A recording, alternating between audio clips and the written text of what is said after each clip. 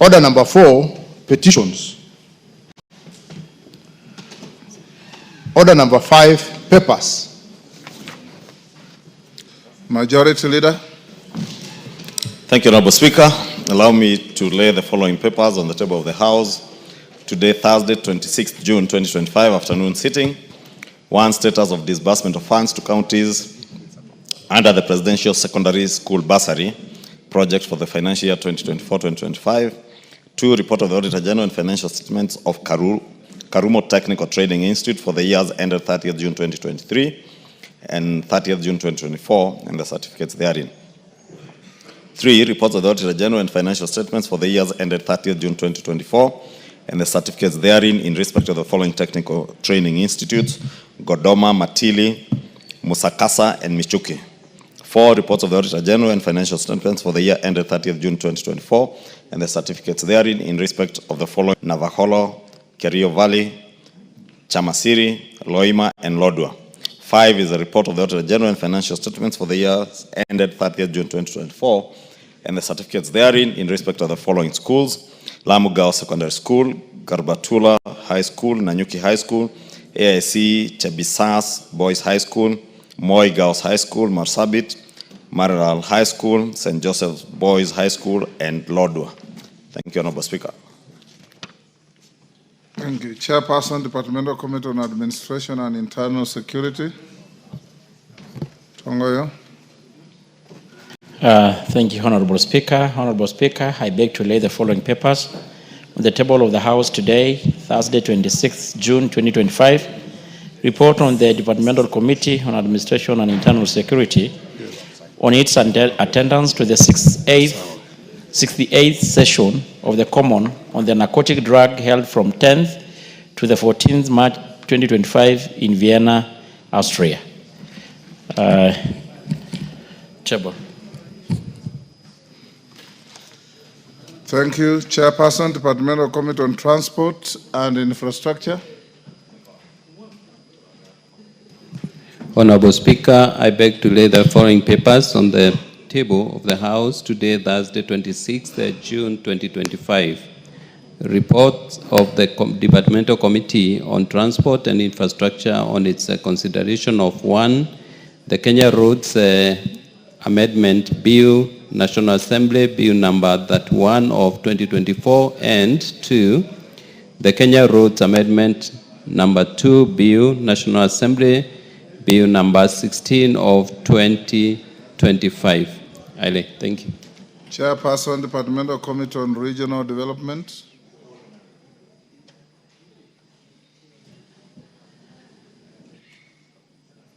Locha Kapong. Thank you, Honorable Speaker. Honorable Speaker, I beg to lay the following paper on the table of the House today, Thursday, Committee on Regional Development on the consideration of the Intergovernmental Relations Amendment Bill, Senate Bill number 12 of 2024. Thank you, Honorable Speaker. Thank you.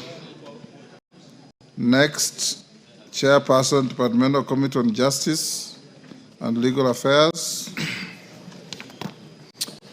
Thank you very much, Honorable Speaker. Honorable Speaker, I beg to lay the following paper on the table of the House today, Thursday, 26th June 2025. Report of the Departmental Committee on Justice and Legal Affairs on the budget implementation monitoring for agencies under the governance, justice, law, and order sector for the financial year 2023-2024. Thank you very much, Honorable Speaker. Next order.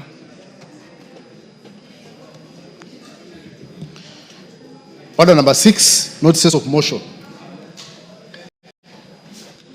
Murugara, Chairperson, Departmental Committee on Justice and Legal Affairs.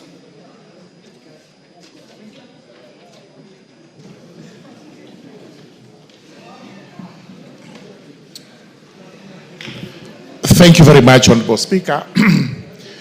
Honorable Speaker, I beg to give notice of the following motion: that this House adopts the report of the Departmental Committee on Justice and Legal Affairs on budget implementation monitoring for agencies under the governance, justice, law, and order sector for the financial year 2023-2024, laid on the table of the House today, Thursday, 26th June 2025. Thank you, Honorable Speaker. Leader of Majority Party.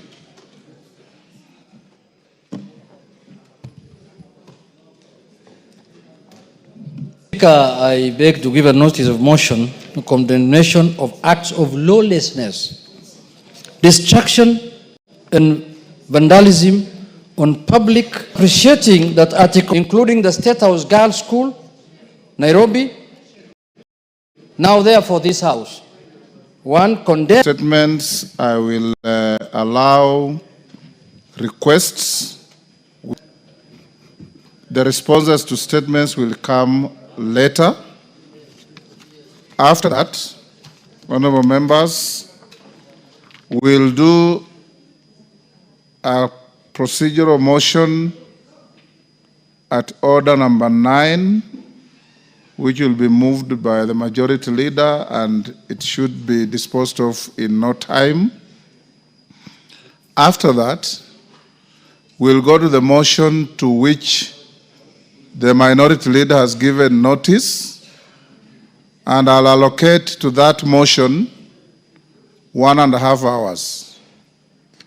In those 1.5 hours, and I'm sure each one of you has a story to tell, I'll give the majority and minority leader 10 minutes each, and the rest of the members, I'll assign them 2 minutes, so that we can have as many of you speaking as you can. If you think 2 minutes is too much, we can reduce. If it's too little, we can add. But I believe we can do with 2 minutes, can't we? 2 minutes each. We'll do 2 minutes. Yes, Kamukunji member, what is the issue? I was going to suggest maybe 5 minutes, but 3 minutes would be okay. Yeah. Okay. Let's compromise to 3. Let's compromise to 3.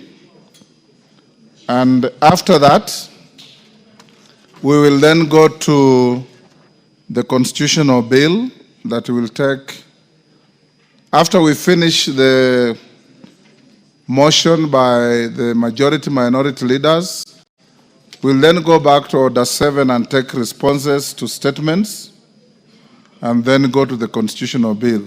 So call out order number, you have called out order number 7. Member for Turkana Central, Joseph Namwar.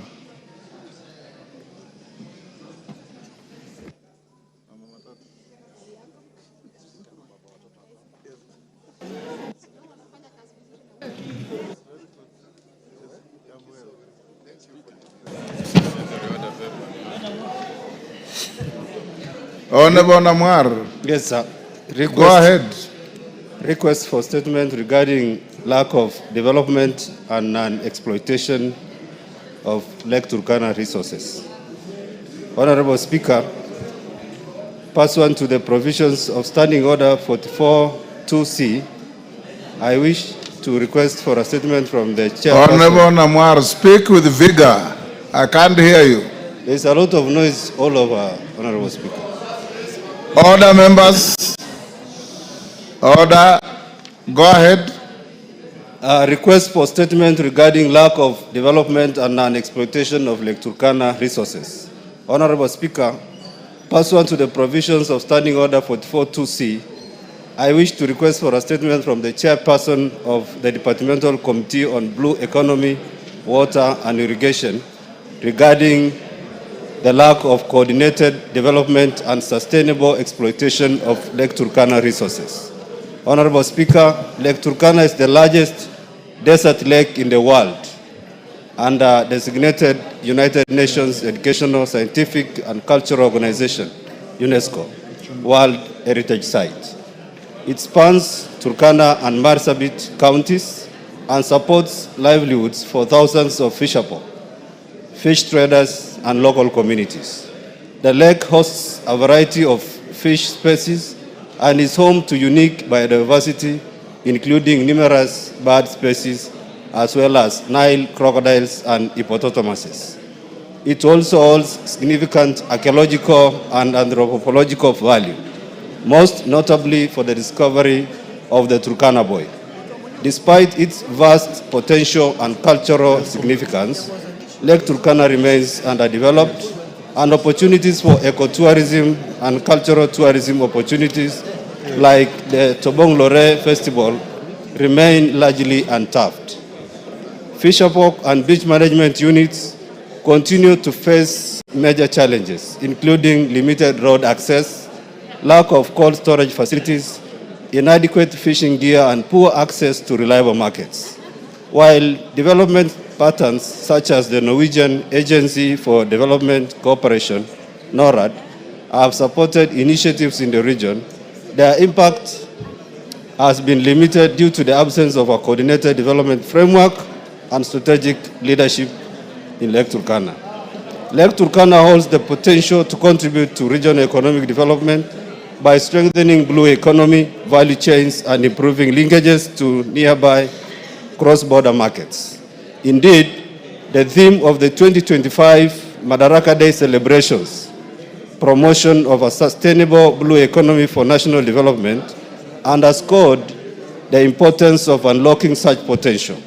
It is therefore essential that Lake Turkana be prioritized for inclusive, equitable, and sustainable development by the government. Honorable Speaker, it is against this background that I request for a statement from the chairperson of the Departmental Committee on Blue Economy, Water, and Irrigation on the following. 1. Plans to establish the Lake Turkana Development Authority, including the expected timelines for its establishment. 2. Strategies in place to develop the blue economy of Lake Turkana, particularly in fisheries, aquaculture, and regional trade. 3. Infrastructure projects currently underway to support economic activities around the lake, including roads, cold storage facilities, and fish landing sites. 4. Support being provided to fisherfolk and beach management units, BMUs, to enhance access to equipment, financing, markets, and capacity building. And 5, Honorable Speaker, measures in place to protect Lake Turkana from environmental threats, including coordination of conservation efforts and sustainable exploitation of its resources. I thank you, Honorable Speaker. Thank you, Bowen. When can you bring a response? Mr. Speaker, 2 weeks after recess, I will bring an answer. When? Assuming we are going to break for a recess, Mr. Speaker, I will bring in 2 weeks after recess. No. You bring the first week after recess. Most obliged. Yes. Paul Abor. Honorable Paul Abor. Thank you, Honorable Speaker. Honorable Speaker, regarding the status of Rongo Water Supply Project. Yes. Honorable Speaker, access to safe and reliable water is not only an essential, it improves livelihoods and strengthens communities' capacity to adapt to the impacts of climate change, to improve access, quality, availability, and sustainability of water supply in Rongo constituency. Regrettably, the contract made with the initial contractor of the project has since been terminated. Further, the Lake Victoria Water Development Agency has yet to initiate the procurement process to engage a new contractor for completion of this critical water supply project. Honorable Speaker, it is against this background that I request for a statement from the chairperson of the Developmental Committee on Blue Economy, Water, and Irrigation on the following. Number 1, the steps taken to ensure that another contractor is procured and engaged to complete the Rongo Town Water Supply Project, including the projected timelines for resumption and completion of the works. Number 2, a report on the funds disbursed to the initial contractor from the Kenya shillings 170 million allocated to the Lake Victoria South Water Development Agency for the project and an indication of the remaining balance available for completion of the project. And lastly, Mr. Speaker, an update on the progress of the works executed prior to termination, including the percentage of the project completed by the initial contractor. I thank you, Honorable Speaker. Honorable Bowen, you bring at the same time as the one of Honorable Namwar. Thank you, Honorable Speaker. Beatrice Elachi. Thank you, Mr. Speaker. I rise to request for a statement regarding the high cost of treatment for diabetes, Mr. Speaker, pursuant to the provisions of Standing Order 44-2C. I wish to request for a statement from the chairperson of the Departmental Committee on Health regarding the high cost of treatment of diabetes. Honorable Speaker, there has been a significant rise in diabetes cases in the country, affecting approximately 2.3 million people. In 2024, the World Health Organization reported increased cases of diabetes in the country with significantly low treatment coverage at fewer than 4 out of 10 diabetic adults receiving glucose-lowering medication.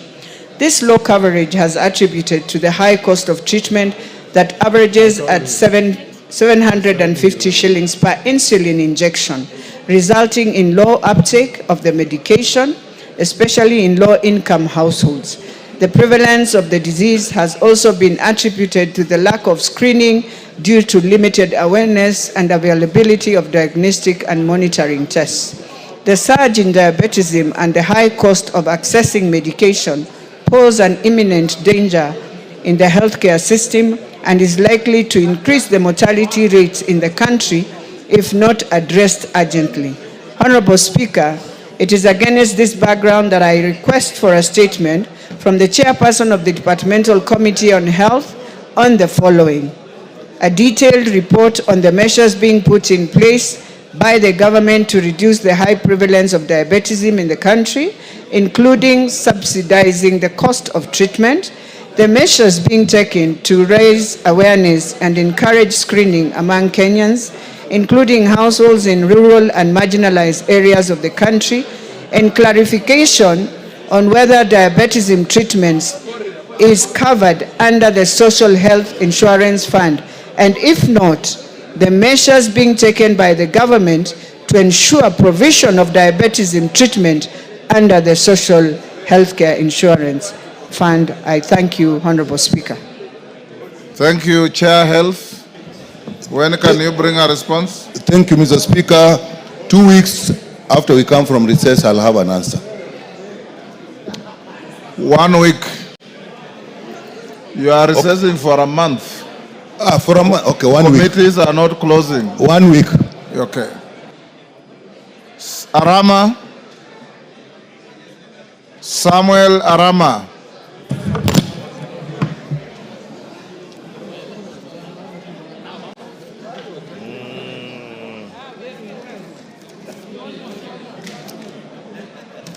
Thank you, Honorable Speaker. Honorable Speaker, I request for a statement regarding the attempted grabbing of land, L number 2015-46 in Nakuru Municipality. Honorable Speaker, pursuant to the provision of Standing Order 44/2, subsection C, I raise to request for a statement from the chairperson of the Departmental Committee of Lands regarding the attempted grabbing of land in Nakuru Municipality. Honorable Speaker, for decades hard working Juakari artisans and micro-entrepreneurs have occupied the developed land in Nakuru Municipality. They said land for the purpose of informal Order, members. Order.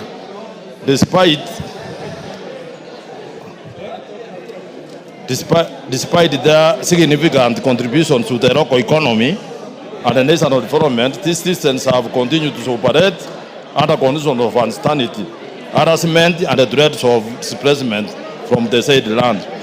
This is a set of affairs runs contrary to the provisions of Article 40 of the Constitution that guarantees the right to property and protection from arbitrary deprivation. Honorable Speaker, Article 10 of the Constitution enjoins all public officers and institutions to observe the national values and the principles of governance, including interdependence, protection of the marginalized, and sustainable development.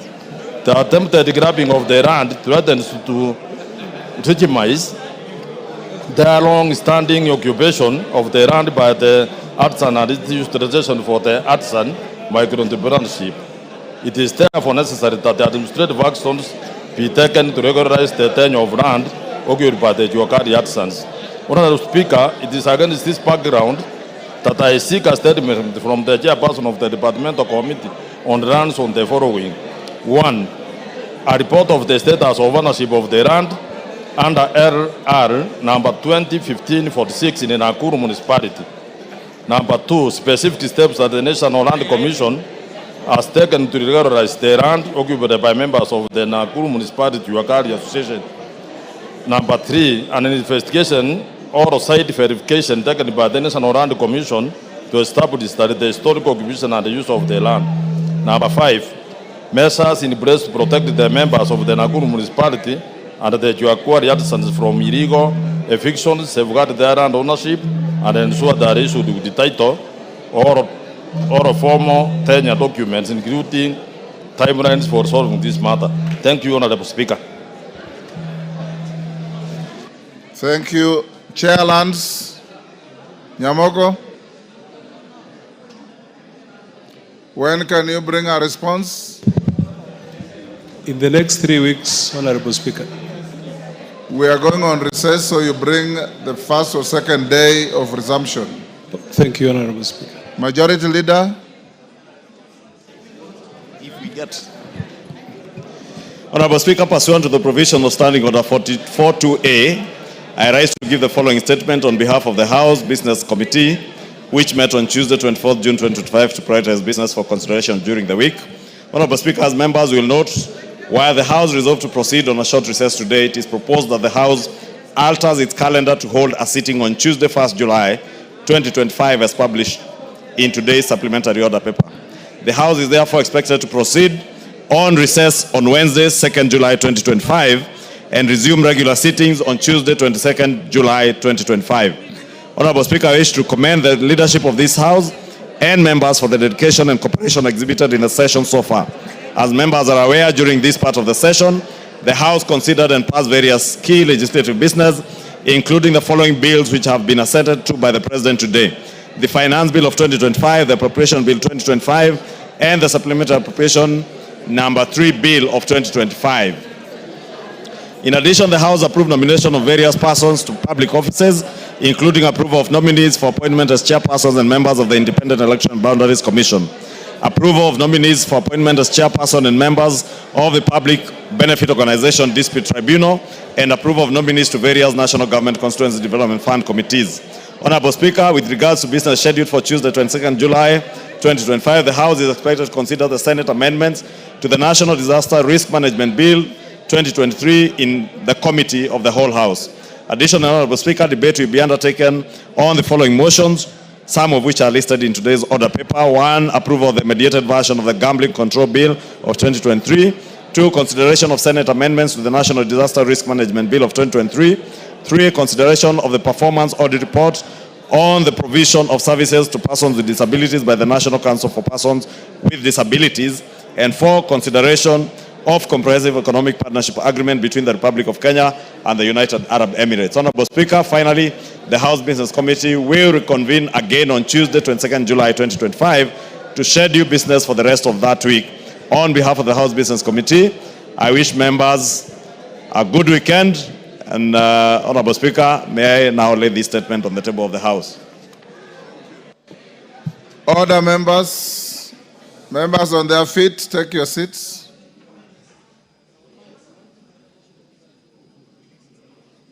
Take your seats.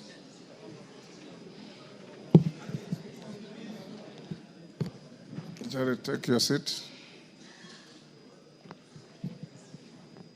Honorable members, you will notice that on the supplementary order paper, we have a motion at order number 9, which seeks to enlarge our calendar to go on recess on Tuesday.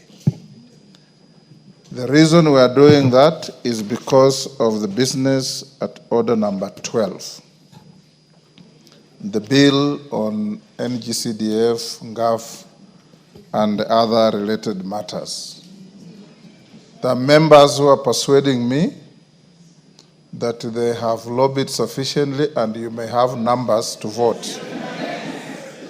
Remember that the Speaker will not call a vote unless he's satisfied that you have the numbers, and the minimum is 233. Present and voting. Hold your horses. Order. A casual count on how many we are is giving me an average number of 170. So we still have some gap. What we will do then is this, because I've also been given a long list of members who wish to speak, but I'm told they are ready to forego their intention to speak. If we achieve the numbers and the whips can get on overdrive, and not just the whips, chairpersons of various caucuses, reach out to your members and get them here. Once we finish the motion at order number 10, we'll still do order number 9 in 2-3 minutes. If by the time we finish order number 10, we have the numbers, I'll order the vacation of the resolution at order number 9, then we go to a vote. In case we don't have the requisite numbers, the resolution at order number 9 will stand and you will be obliged to be back here on Tuesday. So let's go to order number 9. I hope that is clear to everybody. So let everybody be a constructive whip now to look for your colleagues who are not here. And in the event you have the numbers, then order. In the event you have the numbers, then I'll call the House to a vote by 5 p.m. 5. Order. Order. Call the next order.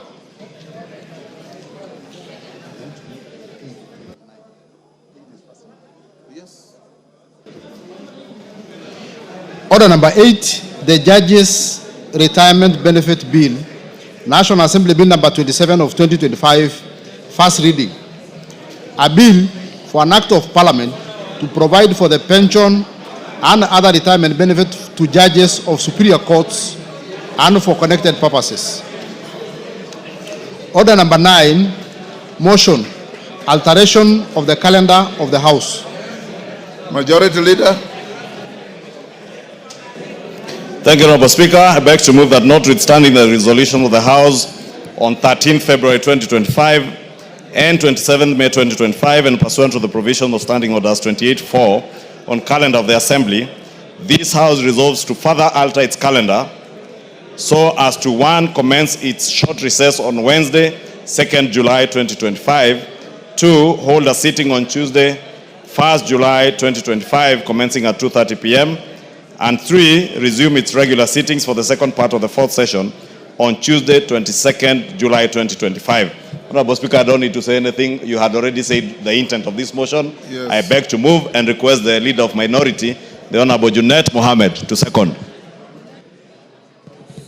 Mr. Speaker, I stand to second. Thank you. Order members on their feet. Take the nearest seats.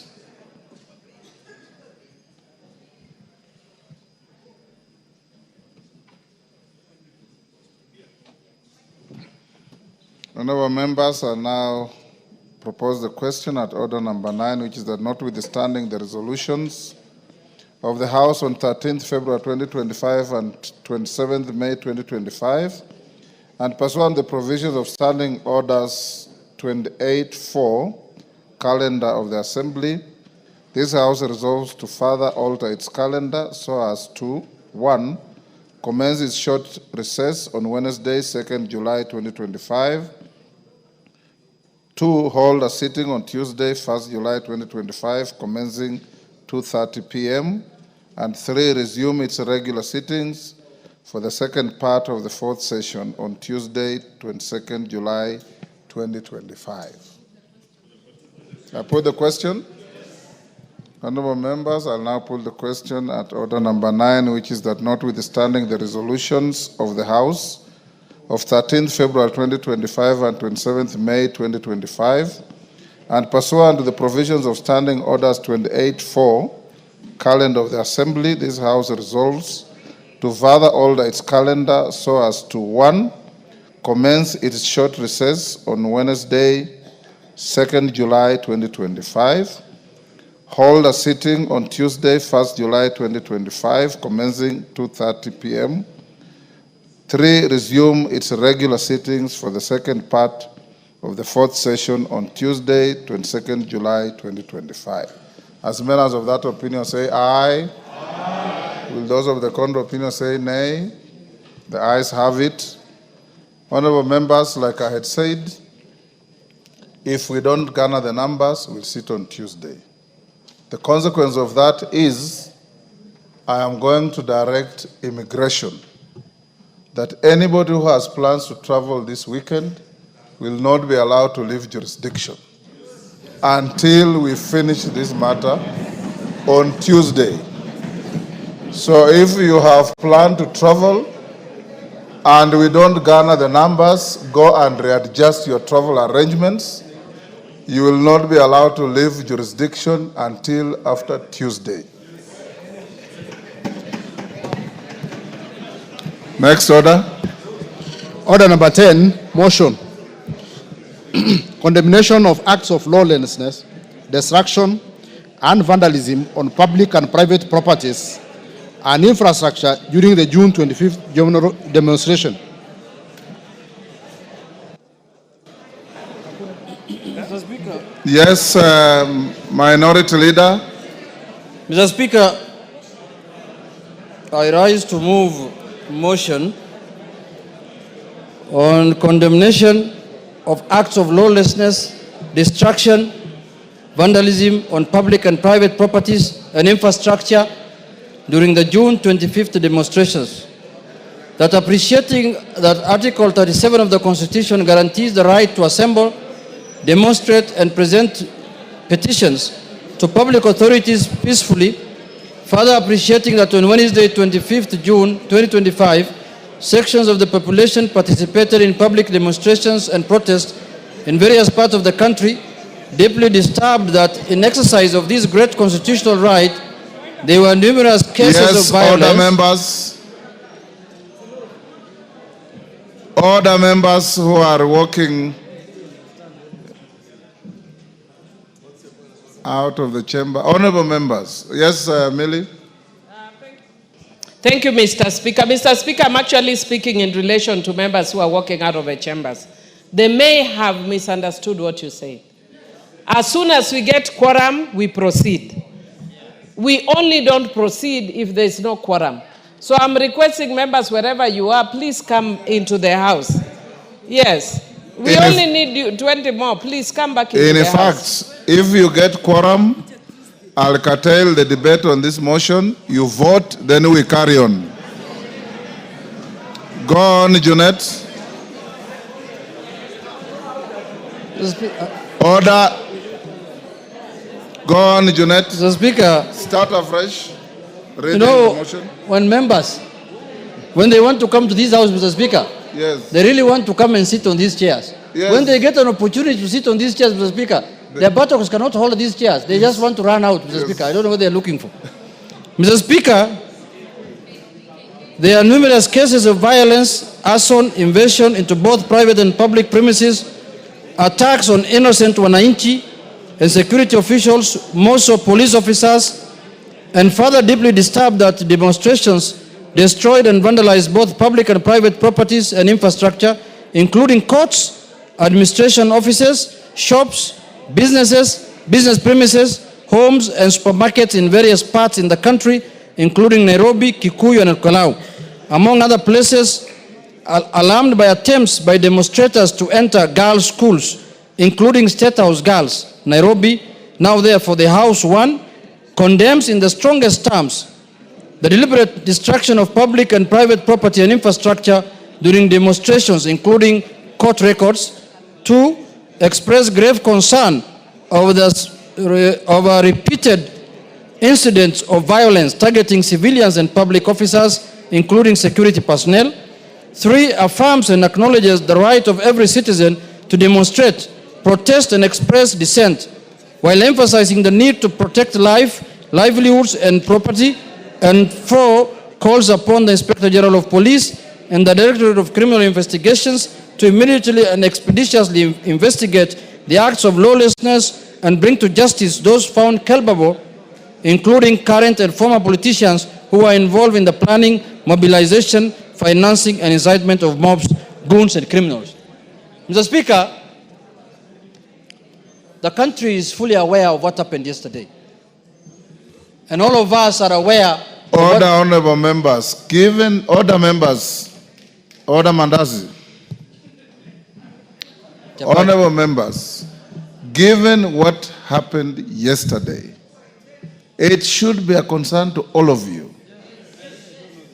Either you are affected or you know somebody affected.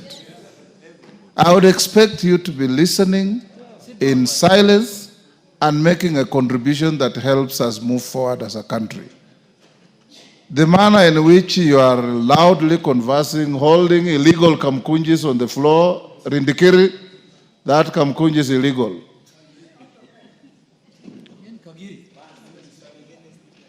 I urge you, members, for Kenyans to understand and appreciate your leadership, that you speak soberly, you exercise some restraint in your conversations.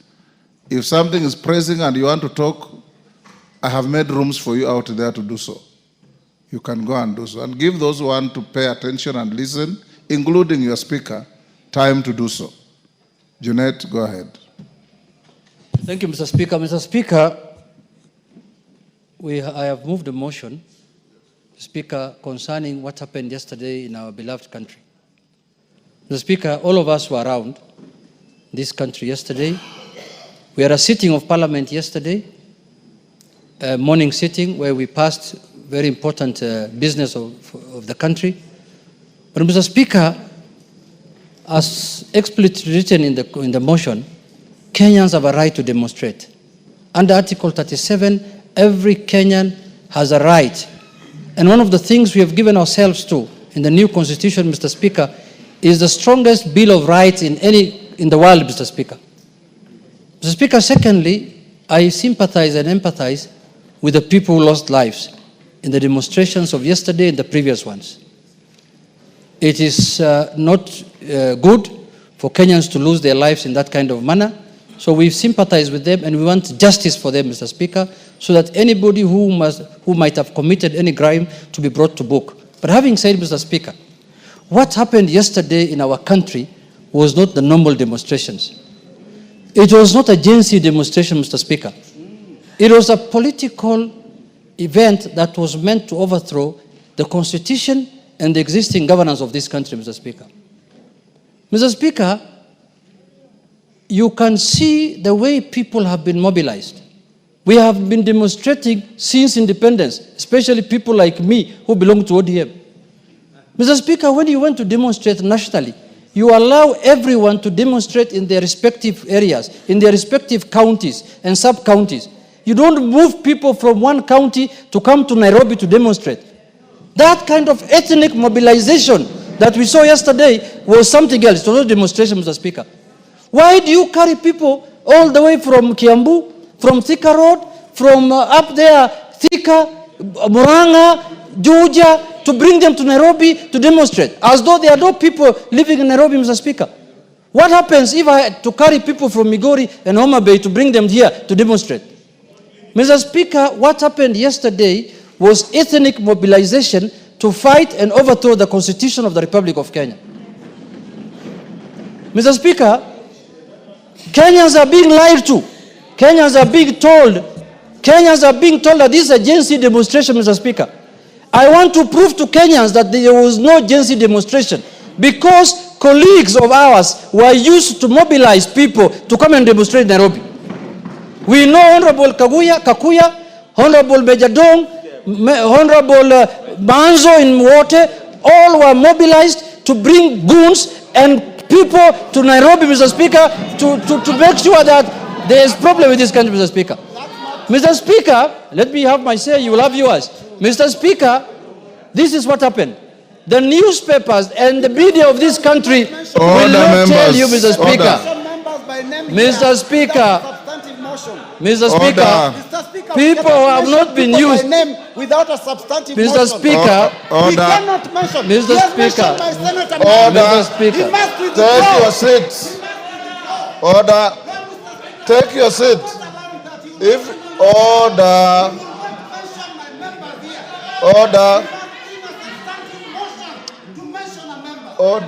Robert Mbui. Order, Robert Mbui. Take your seat. That is not how to make your point. Take your seat. Take your seat. Robert Mbui, take your seat. Order, members. Order, members. Order, members. Robert Mbui. Order, members. Honorable Robert Mbui. Order. Order, honorable members. Honorable Robert Mbui. The Speaker knows only too well what the standing orders say. In fact, I drafted them. And I don't need you to raise your voice and bang tables for me to enforce them. He was in the middle of a statement and I was going to stop him. So far, he had not order. I need no assistance from any one of you. Honorable Robert Mbui, you have a point, but you can prosecute it honorably and decently. All you needed to do was rise on a point of order and say what you are saying without belligerence, without banging tables, and the way you are behaving is like you are going to go physical with your colleague. That is not you. That is not you. Honorable Junet, you only mention your colleagues adversely after you have brought a substantive motion to the House. Saying that members were involved is sufficient. Go ahead. Mr. Speaker, why do I say so? Mr. Speaker, the media of this country, Mr. Speaker, will tell you that the demonstrations were organized by Gaucho. They will tell you the demonstrations were organized by Gaucho. They will tell you they were organized by Matakwei. They will tell you the demonstrations were organized by Sakaja. They will not tell you the real culprits, the people who are organizing these demonstrations, Mr. Speaker. So it is incumbent upon us as people who have to discuss matters of national importance, Mr. Speaker, to tell Kenyans the truth, Mr. Speaker.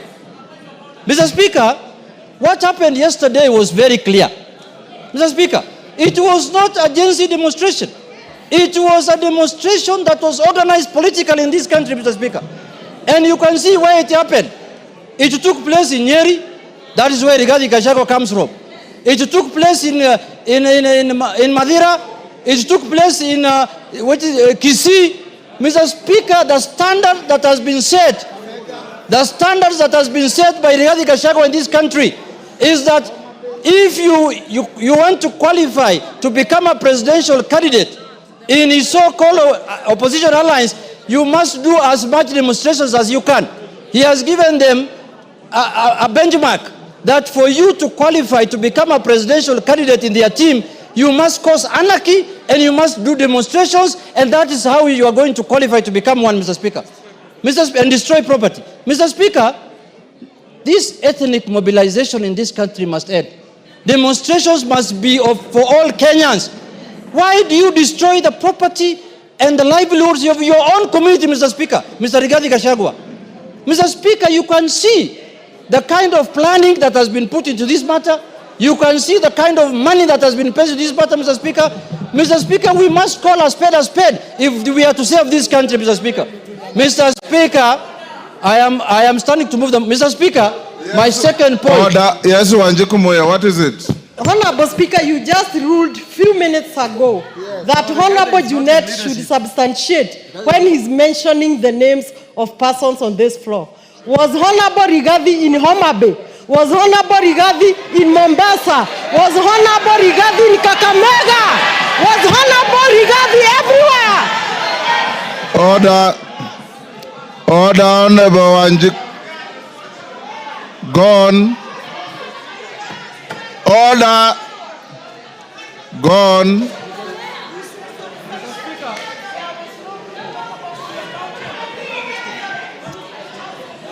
Mr. Speaker, I want to tell Honorable Muya that there was no destructions of property in Homa Bay. There was no destruction of property in Kisumu. There was no destruction of property in Kisii. But there was destruction of property in Nyeri. There was destruction of property in Nyandarua. There was destruction of property in Kikuyu. There was destruction of property in Nyamakima. That tells you who the chief goon is. The chief goon is Mr. Rigathi Gachagua, Mr. Speaker. Mr. Speaker, we must call a spade today. We must call a spade today, Mr. Speaker. You can see, Mr. Speaker, this is one man who is holding his community hostage, Mr. Speaker. He has decided to use his community and destroying their property and making and impoverish them in this country, Mr. Speaker. This is the Lord of poverty. This is the man who wants to make the community from Mount Kenya to become poor so that he can rule them, Mr. Speaker. Mr. Speaker, I want to say this. Order, members, listen to yourselves. Mr. Speaker, I want to say this. This country has a constitution. This country has a government. The government of the Republic of Kenya and the constitution must make sure that every citizen's life is protected and their property is protected, Mr. Speaker. We have an election in 2027. We don't have any other election before then. If you want to remove a government, you will not do it by force. You will not do it through demonstrations. You will not do it through burning and destroying people's property. You have to wait for the election to arrive. Mr. Speaker, my second point on this matter, the media of this country. Mr. Speaker, I support the freedom of the media, Mr. Speaker. And yesterday, I was sad when the live coverage was removed, Mr. Speaker. But Mr. Speaker, the freedom of the media also must come with responsibility, Mr. Speaker. Mr. Speaker, the media must be able to make sure that they report accurately and factually, Mr. Speaker. Mr. Speaker, for example, what is happening with the Standard newspaper and the KTN, Mr. Speaker? This is a media house that is hell-bent to create genocide in this country.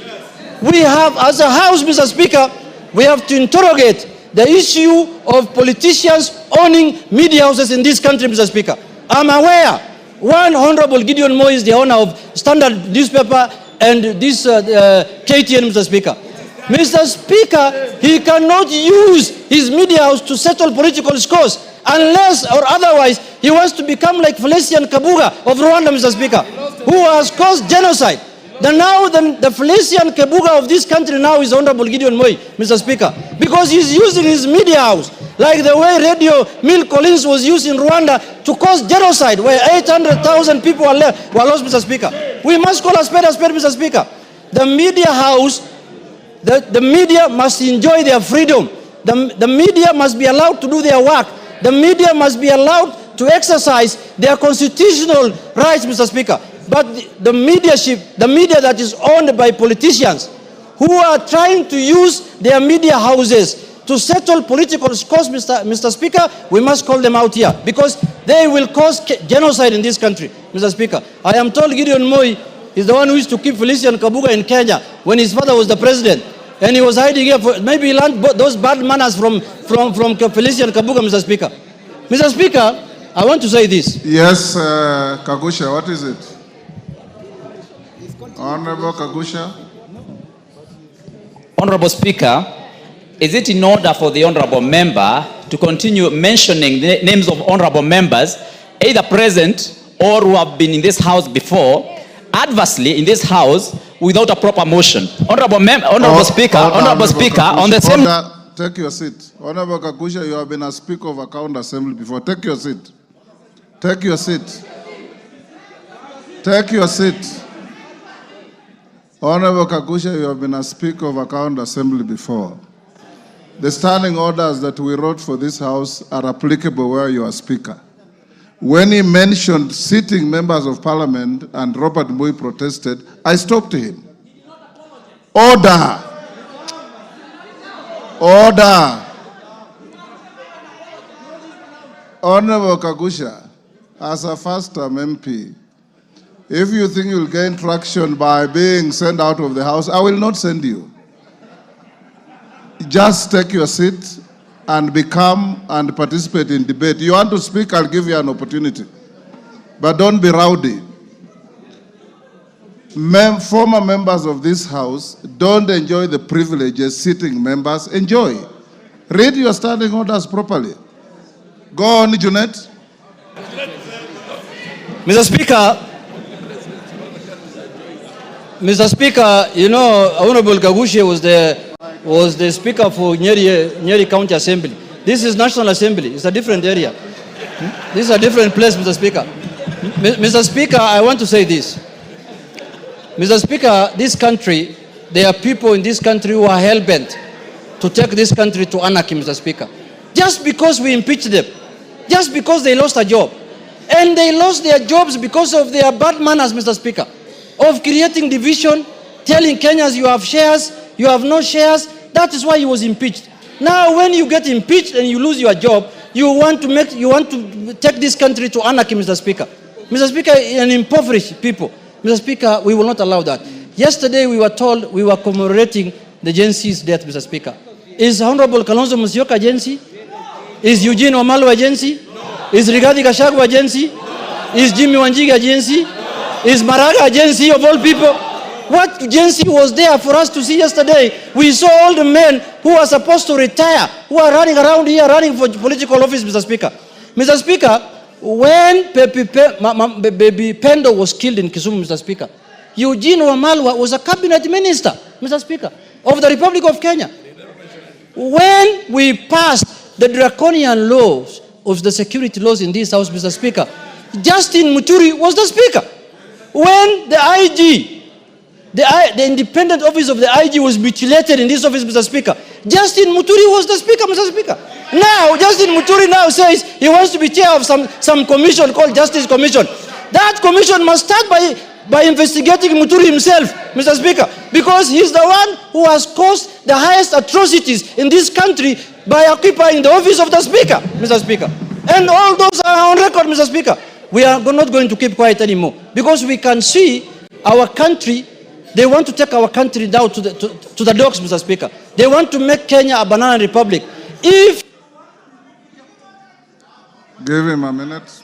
If you want to remove William Ruto as the President of the Republic of Kenya, wait for 2027. There will be an election on the 10th of August 2027. Mr. Yes. Speaker, I want to conclude by saying this. Kenya is a constitutional democracy. Kenya is a constitutional democracy. Let people not hide under the guise of Gen Z to cause anarchy in our country, Mr. Speaker. There is a deliberate attempt in this country to silence all institutions in this country. They want to silence Parliament.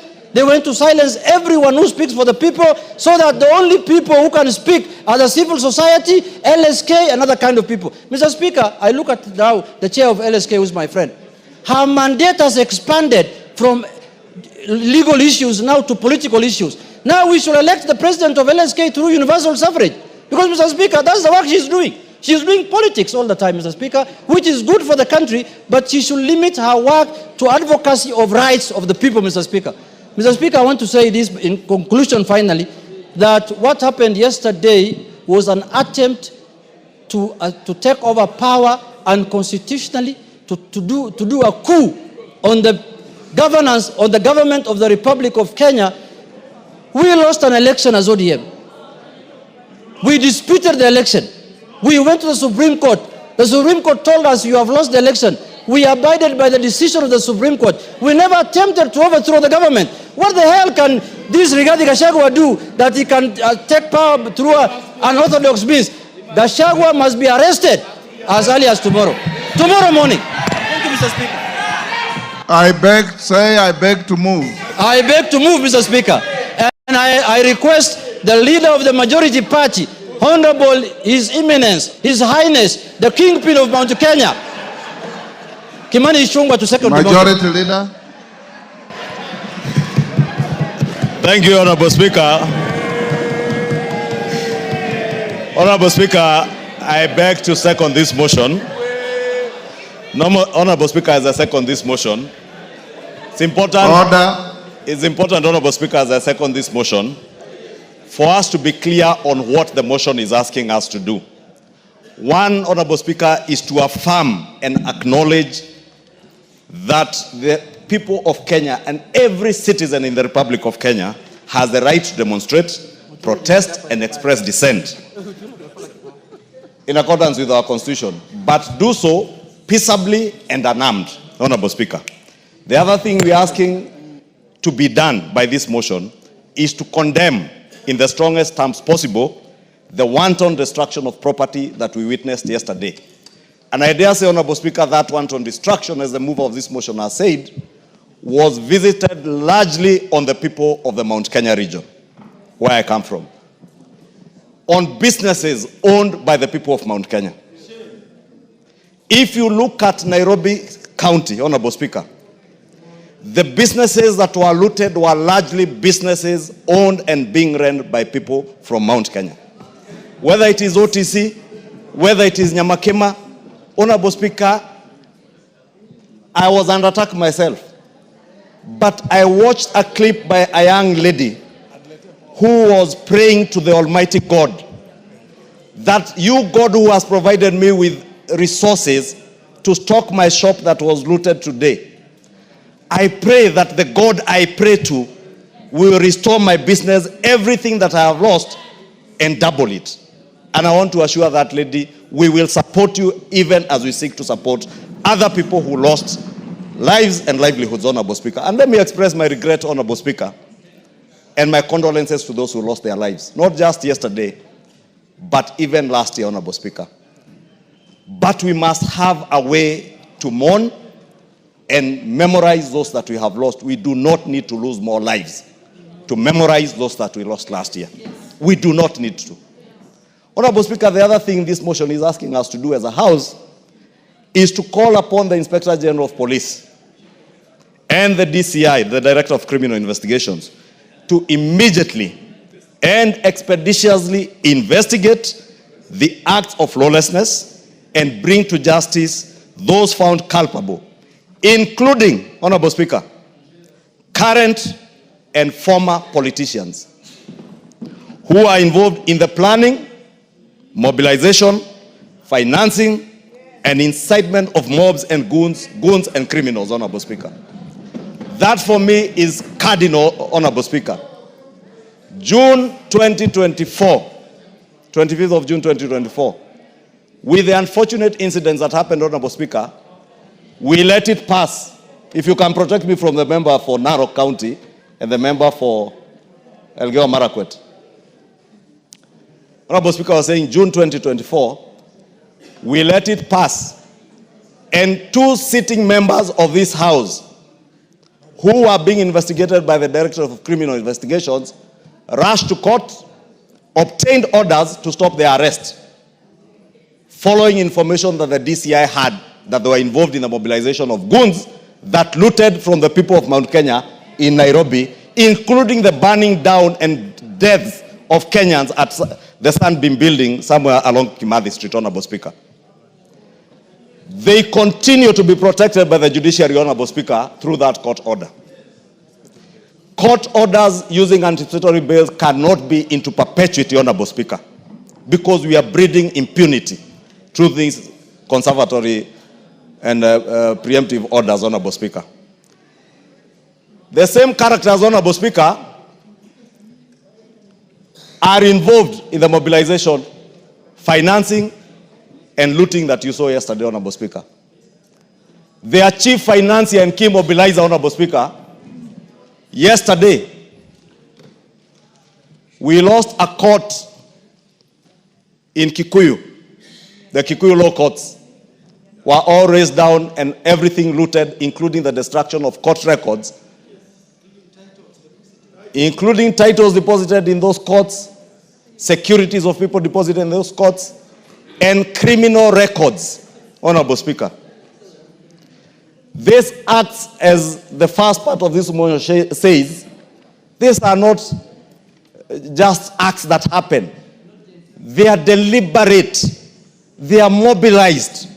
They are being financed by somebody or a group of people who, Honorable Speaker, then rush to court to get protection. Allow me, Honorable Speaker, to speak to the judiciary today.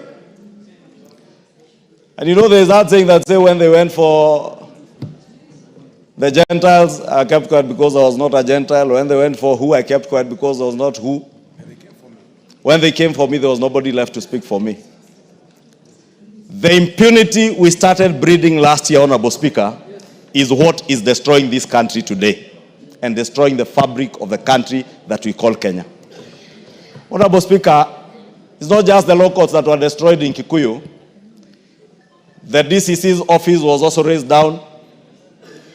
I have said the law courts, the sub-county, the county offices, including graders and machinery of the county government of Kiambu that help our people to do their roads, and county records, including our own property records in those offices, Honorable Speaker. The people doing this, Honorable Speaker, and that is my greatest concern, and that's why I alluded to what we are calling upon the DCI and IG to do, is that people are being ferried from Limuru and Dagoretti into Kikuyu and some as far as Kiambaa and Juja to come and visit the wanton destruction that you saw yesterday. Honorable Speaker, I am growing old, but I am not older than my father. My father is 105 years old, with a wife who is 85 years old, my mother, Mary Mombi. And they have worked hard to bring us up and to raise businesses that have supported our family. Yesterday, Honorable Speaker, there was an attempt to kill my 105-year-old father and 85-year-old mother. All in the name of myself being the leader of majority in this house and having done my work to the best of my ability as God may help me. And I saw by the Bible, Honorable Speaker, standing before you, that I will execute my duties without fear, without favor, and to the best of my ability. And I will continue to do that, Honorable Speaker. Let nobody be in doubt. The Honorable Junaid Mohammed has mentioned names. I did say here last year during the impeachment process of the former deputy president that this is a dark man with a very dark heart. Very black heart. I dare say today, Honorable Speaker, in this house, Honorable Rigathi Gachagua is the one who directed goons he mobilized to go and murder my parents, destroy my property in Kikuyu, destroy the property of the people of Kikuyu in the name of revenge. Honorable Speaker, we cannot build a country that way. That is why, Honorable Speaker, we are asking the Inspector General of Police. It cannot rest at this. Nobody, not Kimani Ichung'wah, not Rigathi Gachagua, not the sitting members of parliament in this house, Honorable Speaker, who are doing this work, and some 2 senators, Honorable Speaker. And as Honorable Junaid Mohammed has said, if you look at the trajectory of violence and destruction that visited, you can associate that violence with a particular politician and the area they come from and the kind of thuggery that was going on, Honorable Speaker. So as we condemn, Honorable Speaker, let us call on the Inspector General of Police and the Director of Criminal Investigations. Anybody involved in this criminality whether it is Kimani Ichung'wah, whether it is Junet Mohammed, whether it is Rigathi Gachagua, whether it is Jane Kihara, whether it is Kaluma, whether it is Ngogoyo, whether it is Major Dong, whether it is Kakuya, whether it is Senator Medho, investigate each and every one of them without fear or without favor, and whoever is culpable, bring them to book, Honorable Speaker. Because we cannot have a country of lawlessness, Honorable Speaker. We cannot have a country... Honorable Speaker, I was finishing by saying we can't have a country where I purport to speak for the people, my people, yet I mobilize people to destroy my people's property. I mobilize people to kill our own people so that we make political capital out of it. We must desist as political leaders in this country from using our people as political pawns to make political capital out of, Honorable Speaker. And I condemn the lawlessness, the violence, and congratulate the people of Mombasa, Honorable Speaker. The people of Mombasa yesterday demonstrated what peaceably demonstrating is. What happened in Nairobi and in other areas in central Kenya were riots, disorder, and anarchy, Honorable Speaker. And the owner of that anarchy is known, must be apprehended. Honorable Speaker, allow me to commend the police also for the restraint that they exercised yesterday and for the hard work they put yesterday when a police lady was being brutalized by men, grown men, beating up a woman, Honorable Speaker. It's the most despicable thing you can find.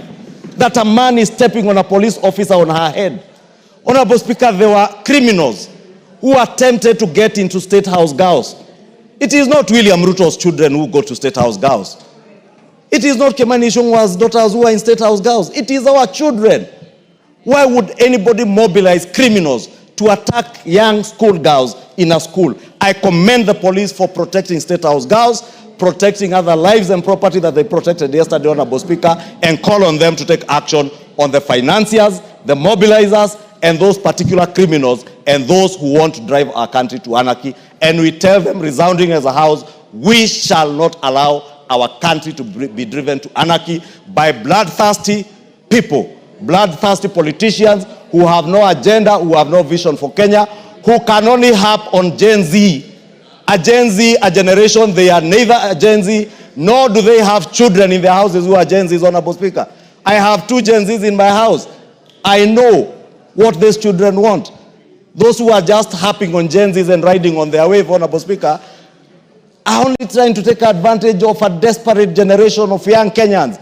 Let us desist from doing that, Honorable Speaker, and I beg to second. Order, honorable members. Those on their feet, take your seats. Honorable members, I now propose the question, which is that appreciating that Article 37 of the Constitution guarantees the right to assemble, demonstrate, and present petitions to public authorities peacefully. Further appreciating that on Wednesday, 25th June 2025, Order, members. Order, Martin. I think in the induction we told you that however pressed you are, when the speaker is on his feet, you maintain studious silence. Further appreciating that on Wednesday, 25th June 2025, sections of the population participated in public demonstrations and protests in various parts of the country.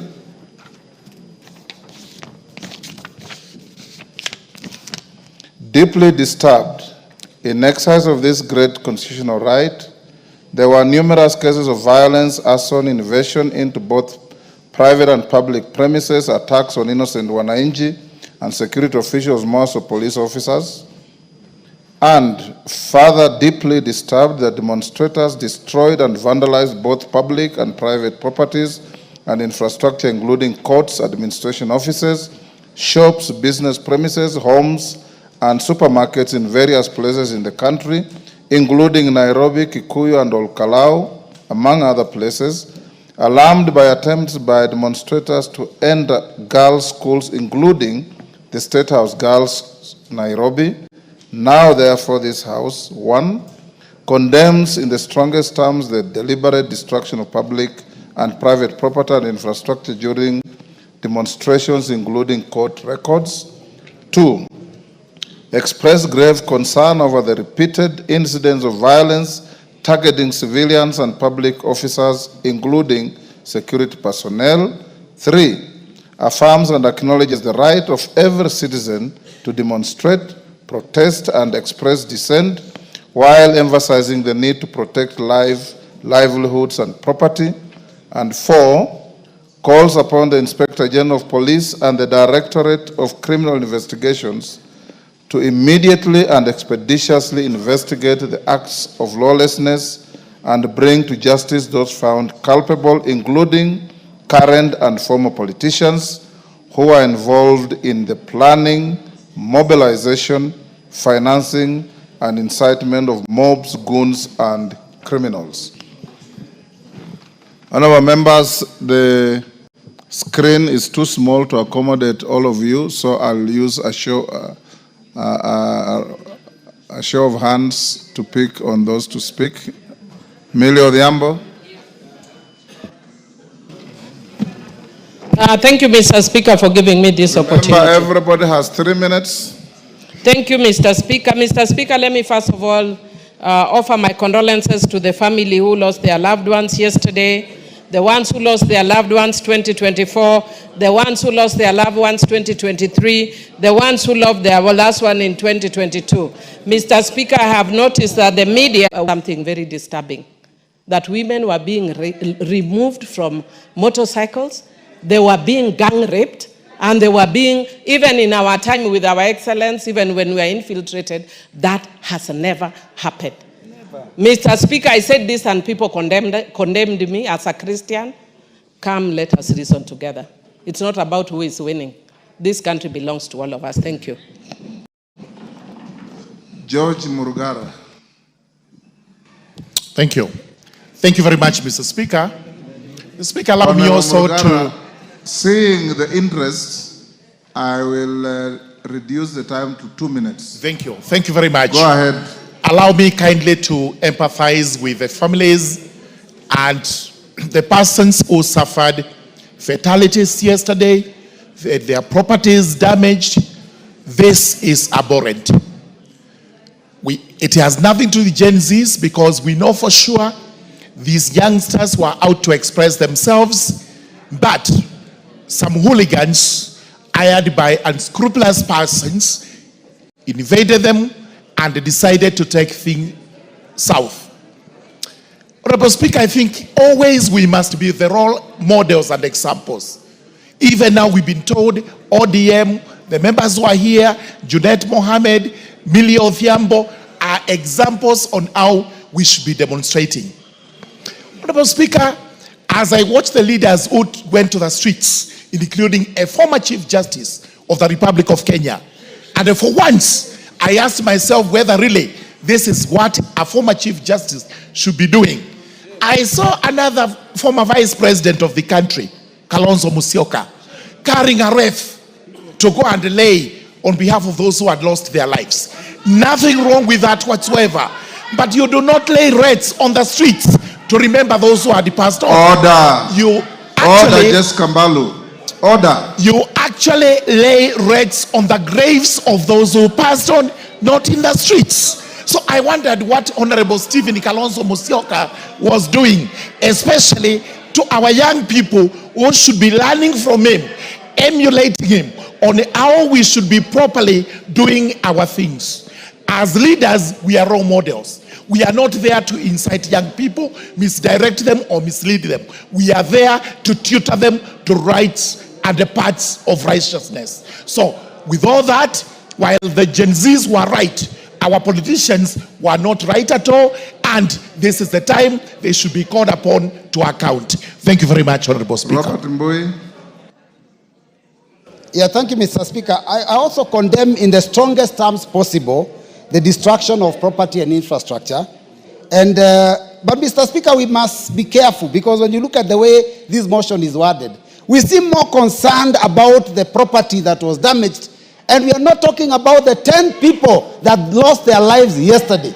We are not talking about the 60 that lost their lives last year, right here in Parliament. Watch Kenya degenerate into a state of lawlessness and anarchy.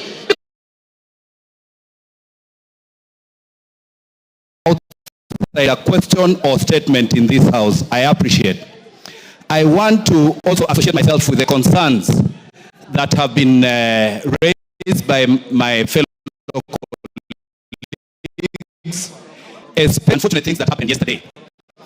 I, however, would also like to caution, we need to be also talking about the issues that have been raised by Gen Zs. The issues raised by the Gen Zs. Just hold on, Kabagende, hold this time. Yes, give her, Mama. Honorable Speaker, thank you for the opportunity. Honorable Speaker, but you've given him an opportunity to speak in this house. Yes. I would like him to know that you don't pull people from their seats. I beg him to withdraw that statement because you don't work in... Thank you, Fatuma, for defending me, and that's why I ignored it. Go countries up and support because of the concerns of young people. I'm perturbed by what this was against as an organizer of that one, Mr. Speaker. Go ahead with you. What I'm saying is this. We need to be more concerned about the issues raised by young people in this country rather than trivialize this to what Gachagua has to have him arrested. Deal with Gachagua in accordance with the law. And finally, we want to advise that this experience is organized. What I'm saying is this, Honorable Junet, with all due respect and all the leaders that have spoken before me, we need to be more concerned about the issues raised by young people in this country rather than trivialize this to what Gachagua has done to this country. Gachagua is certainly, finally, we want to advise that you have 2 minutes, avoid side shows and just contribute. Thank you, Mr. Speaker.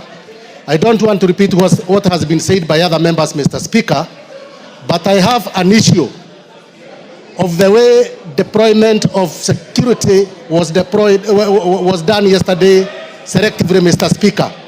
Mr. Speaker, I would like to give an example. Let's listen to Mwafrika. Mr. Speaker, I have an issue in the way security was deployed yesterday selectively. I would like to give an issue of Githurai, Mr. Speaker. Cooperative Bank, Githurai branch, was broken into. Next to Githurai branch, Mr. Speaker, we have Kasmat Supermarket, a Jubo mega supermarket, Mr. Speaker. It was also broken into. Mr. Speaker, across the road at Githurai roundabout, another supermarket, Kasmat Supermarket, the goons took 3 hours to break into that supermarket.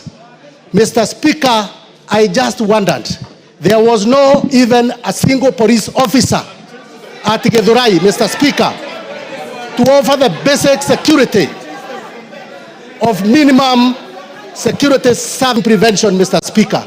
So, Mr. Speaker, security was deployed selectively, and I will be raising a statement for the police to explain to us where the police officer were, where the goons took 3 hours to break Kasmat Supermarket in Githurai, Mr. Speaker. Thank you, Mr. Speaker. Totienda Molo. Mr. Speaker, as a veteran demonstrator, yes, I empathize and condole with the families that lost their loved ones.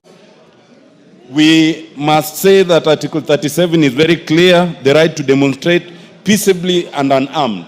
But that right does not extend to an attempt to establish government other than by law. Article 3.2 is very clear, and it must be read out that any person, any attempt to establish a government otherwise than in accordance with this constitution is unlawful. We must be very clear, Mr. Speaker. Demonstrations are different from anarchy. What we saw in Mombasa were demos. What we saw in all those other places mentioned in the motion, that was anarchy, and it cannot be tolerated. Mr. Speaker, we condemn the hiring of goons. We condemn the torching of, courts, police stations, and houses. We condemn the extreme provocation of the police. But, Mr. Speaker, I also condemn the CAK for stopping live coverage, because the CAK cannot do that in the face of a very clear judgment by the court. Thank you, Mr. Speaker. Osoro. Thank you very much, Honorable Speaker, for also giving me this opportunity to air my views. Order, Mama Machakos. Order. Yes, Osoro. Thank you very much, Honorable Speaker. Honorable Speaker, I have really not lived for long in this planet Earth. It's just nearly about 4 decades. And about 3/4 of such I've lived in the Mount Kenya region. Honorable Speaker, what I saw yesterday in Mount Kenya has never been seen before. And I'll be very specific on Mount Kenya because that is a place I grew in, Honorable Speaker. What I saw in terms of looting and destruction of property has never been witnessed before, Honorable Speaker. And we call it by its name. But there are 3 things I'll speak to, Honorable Speaker. Number 1, we need to review the police laws, Honorable Speaker. We need to find a way to guard our police officers from these anarchists that are emanating from all over. That is number 1. We really must review that. Number 2, if you can protect me, Honorable Speaker, from Order, Honorable Kamene. You have the right to converse with your neighbors, but not to shout the way you are doing. Please keep your cool. So, number 1, Honorable Speaker, we need to review the police laws. We need to protect our police officers. Number 2, we need to look into the question of pension or those officers, the retired officers who are pensionable, Honorable Speaker. Honorable Muturi earns more than 1 million shillings, Honorable Speaker, from the pension, from the taxpayer, Honorable Speaker. Honorable Kalonzo Musyoka earns a lot of money, Honorable Speaker. Honorable Maraga earns a lot of money. That law must be reviewed. They need not to earn when they are actively involved in such things, Honorable Speaker. Number 3, Honorable Speaker, it's the question to the former Deputy President. You claim to speak for the Mount Kenya region.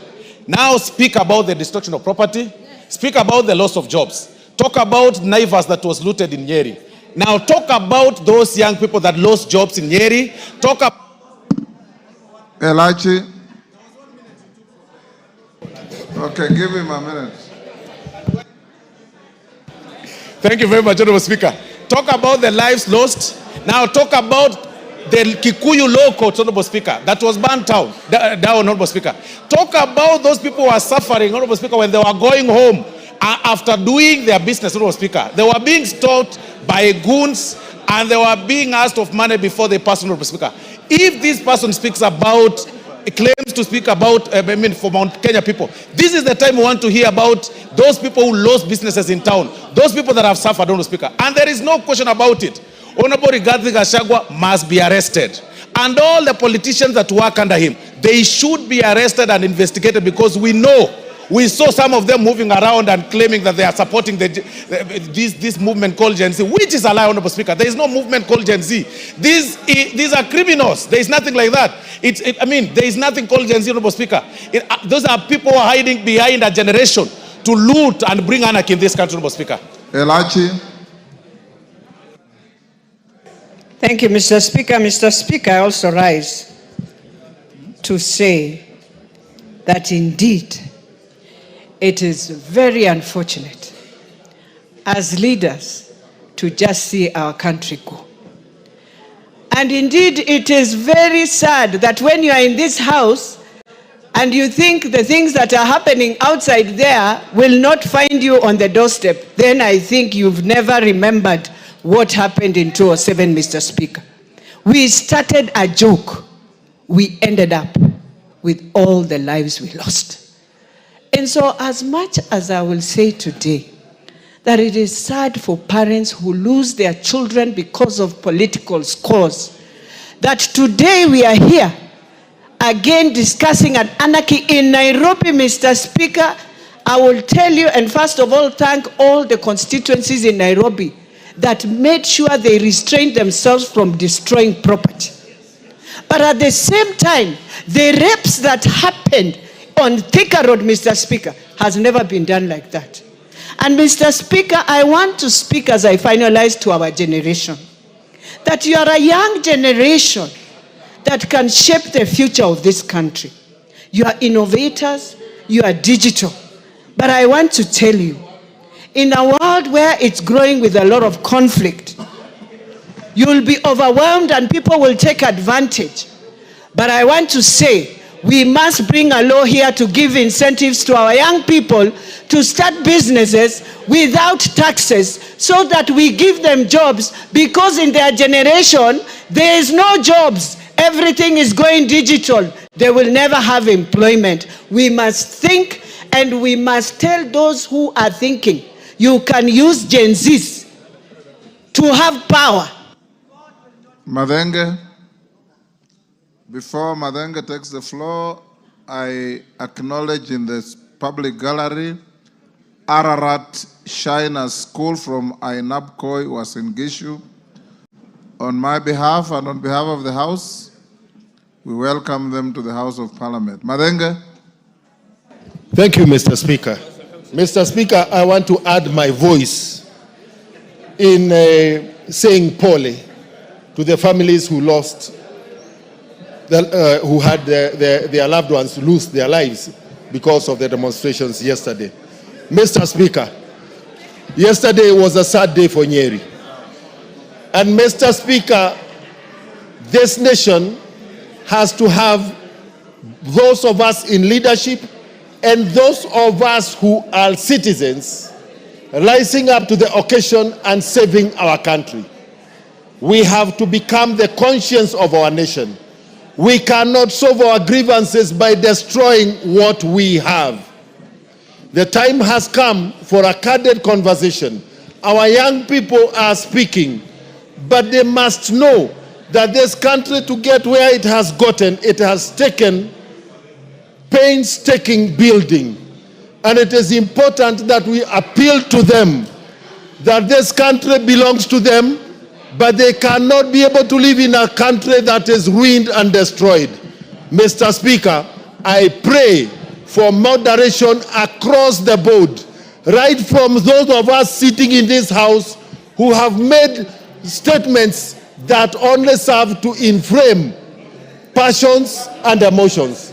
Mr. Speaker, it is important that we realize that we are standing at a very crucial point. Our country is at crossroads. We must save our country. I plead with all of us that we rise up to the occasion and do what has to be done. Our country cannot get destroyed in our hands and during our time.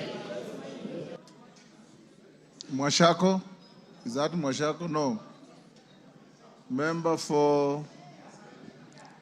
Yes, take the floor. Yes, the member from Kisii. Barongo. Yeah. Yes, my friend Barongo. Give him the mic.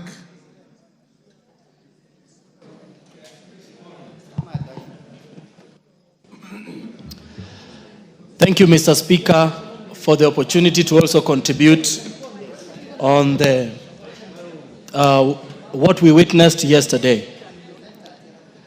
Mr. Speaker, I can see from the mood of most of the members a blanket condemnation of what happened yesterday. But, Mr. Speaker, this has not happened just once. This is the second time that this is happening.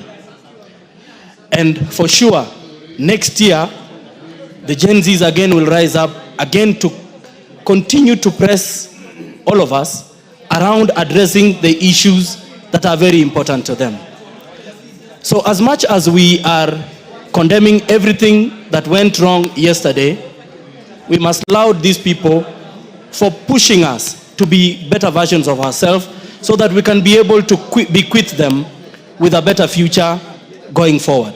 I thank you, Mr. Speaker. Didymus. Thank you, Mr. Speaker. Mr. Speaker, I want to say this, that what we witnessed yesterday was not a demonstration. what we witnessed yesterday was a group of criminals that were mobilized by an individual who want to use the tears of Kenyans who are losing their businesses and the blood that our young people are shedding to resurrect his already stifled political career. Honorable Speaker, the person who orchestrated, masterminded, and funded these activities is well known, Mr. Speaker. The police must arrest the former impeached Deputy President of the Republic of Kenya, Rigathi Gachagua, because we cannot continue as a country to watch a tribal individual mobilizing his members of his communities to engage in hooliganism, Honorable Speaker. The blood of the people who lost their lives, the tears of those whose businesses were broken into, Honorable Speaker, will cry revenge on the life of Rigathi Gachagua. He cannot be mobilizing members of his community to begin maiming other people, to begin destroying the properties of the people of Kenya. Yet he is busy looking for tenders for his own children. The law must be applied equitably and equally, regardless of whether the criminal is a rich who lives in the castle or is a poor person who lives beneath the bridge, Honorable Speaker. The Rigathi Gachagua must be arrested and prosecuted and taken to jail. Bensouda.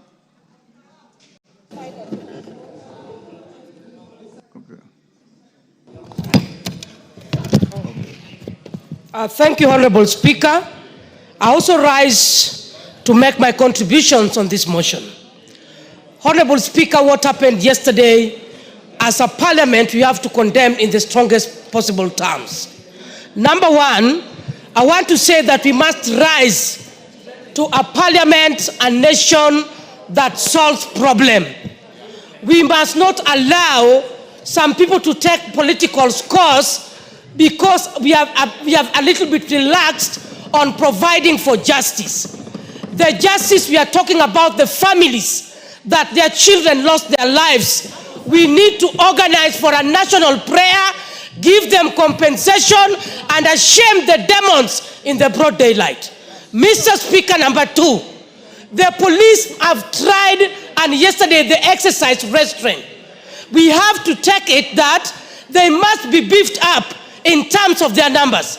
Whether it requires additional resources, Mr. Speaker. I came to Parliament yesterday and saw the work that they were doing. I want to applaud them, but they need to be increased in number so that we don't have a situation whereby when things are getting out of hands, then we direct the GSU to come. I witnessed next to the Parliament here, the people who are hiding behind Gen Zs, Mr. Speaker. The Gen Zs came in, and when they walked and found the policemen, the age of the real Gen Zs, they were allowed to walk in.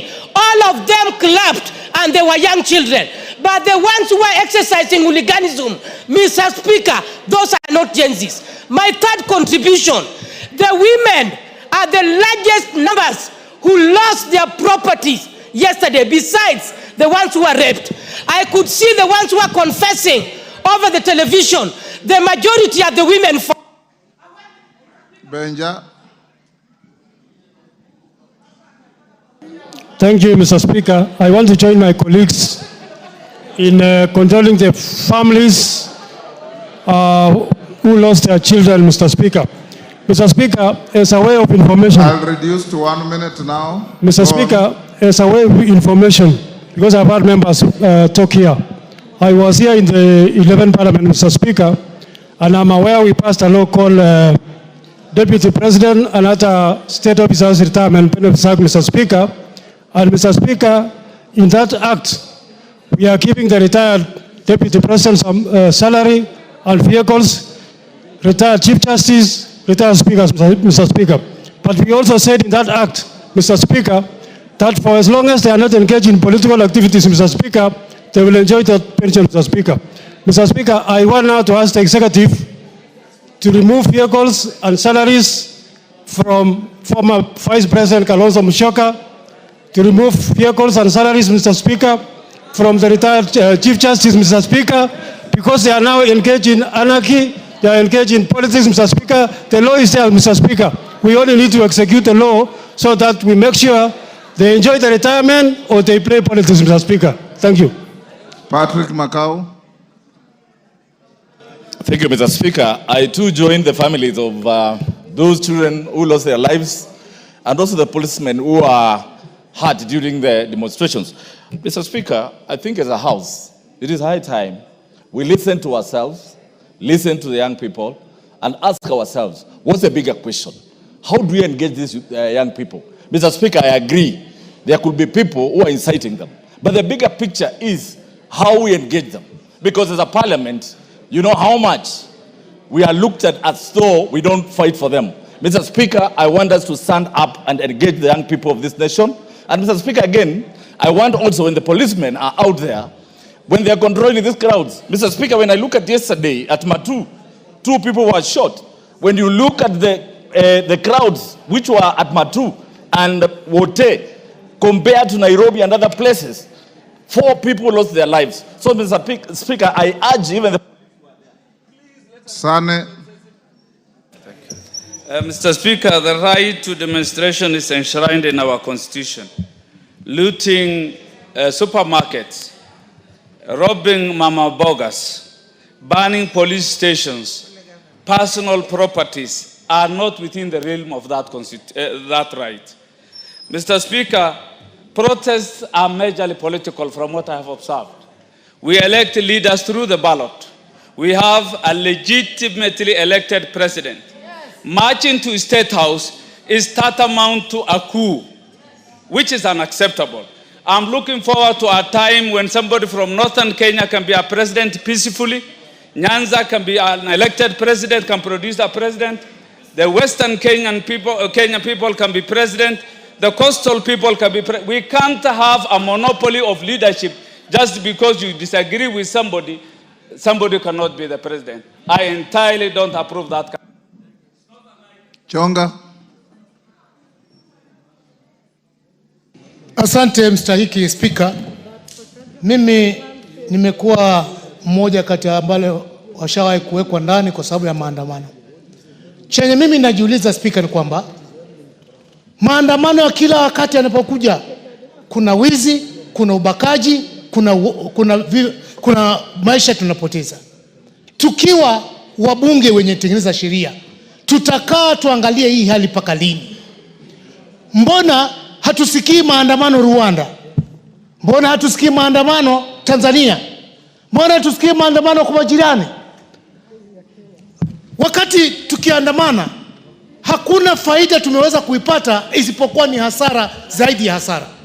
Nataka kizazi ambacho kinakuja kitukumbuke ya kwamba bunge hili lilisimama kidete na likakuja na suluhisho ya kusitisha, kutafuta mbinu mbadala za kuweza kuwasilisha.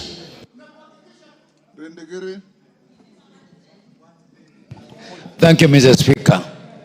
I really sympathize with those ones who lost their properties and lives under the hands of a bloodthirsty personality, a vampire of our generation, the man who cares less, the man who feels nothing. Mr. Speaker, we as members of parliament have come across the wrath of this man. I had started with the wrath of this man on Sunday. He came to my constituency sorting everybody and he brought this to Nairobi. It is a shame. It's a shame to the organizers. It's a shame to those people who came and encouraged our people to rape our women. It is so bad. It's a shame. Member for Isiolo. Is it North or Bidu? Yes, sir. Thank you, Mr. Speaker, to give me the opportunity for me to contribute. In itself, we all condemn what happened yesterday. Goons cannot rule a country. Goons will only destroy a country. So whatever happened, if anybody has any issues, we don't condone goonism. And goons are in every form. Even in my county, there was a goon which was going on, up to the point of county assembly could not sit because goons were employed by the governor and he was stopping the members of the county assembly from sitting. So we should condemn goons in all forms so that we get safe in Kenya. Thank you, Mr. Chairman. Mr. Speaker, sorry. Tongoyo, Chairman, Security, I'll give you 2 minutes by virtue of yours. Thank you, Honorable Speaker, and I want to join the rest of us who have spoken to condemn what happened yesterday, Honorable Speaker. And Honorable Speaker, I should also want to really pass my condolences to the families who lost their loved one in yesterday's demonstration, Honorable Speaker. Honorable Speaker, from the very start, Honorable Speaker, what happened yesterday was not, Honorable Speaker, demonstration. They are riots. Honorable Speaker, as much as Article 37 talk clearly about the right of Kenyans to demonstrate, to picket, to assemble, it outlined the condition under which it has to take place. It says that it has to be peaceful, it has to be, the demonstration has to be unarmed. And Honorable Speaker, what we saw is totally the opposite. The people who participated in the demonstration or in the riot, Honorable Speaker, they are armed. And the intention was very clear, Honorable Speaker. Honorable Speaker, what is so surprising, Honorable Speaker, is actually when, Honorable Speaker, you take keen look to what actually these people, the places they ban, the police station, the Ngao offices, the supermarket, you keep wondering what the intention was, Honorable Speaker. In fact, Honorable Speaker, I'm sorry to say, in one instance, I think it was in Kikuyu, these people raided the police station and they ran away with ammunition box full of bullets, right? You keep wondering, Honorable Speaker, what were they up to? You just conclude, Honorable Speaker, these are the people who are outrightly out for a coup, a civilian coup, to overturn a legitimately elected government. Edith Nyanze, did you give him 2 minutes? Thank you. Thank you. You have done your 2 minutes. Thank you, Mr. Speaker, for giving me this opportunity. Edith, just hold. Yes. Wind up what you're saying. Honorable Speaker, as I finish, Honorable Speaker, I want really to commend the work done by our police officers, the very patriotic, dedicated officers who actually went beyond the call of duty to protect this country. Honorable Speaker, it's a moment we should be able to have a candid conversation to really, Honorable Speaker, come to our senses and able to protect this country, because we don't have any other country to run to. We only have one country, Kenya, and we must safeguard it. And if it means for looking at our security laws, Honorable Speaker, we should actually do the same, Honorable Speaker. I support. Edith Nyanze. Thank you, Mr. Speaker. Let me take this opportunity to empathize with the families who lost their loved ones and also people who lost property and livelihoods. Mr. Speaker, let me say that as we condemn and say some people organized the strikes or the riots, let's also recognize that there is a problem in our country. How can our youth be so daring to even want to lose their lives? That means there is a lot of hopelessness. There is a lot of desperation. And this is the thing which we should actually be addressing. How can we help our Gen Zs? How can we help the young people?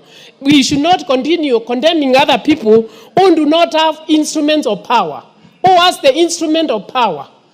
Because we can't keep on blaming other people who have no power. Like we keep on Member for Kwanza.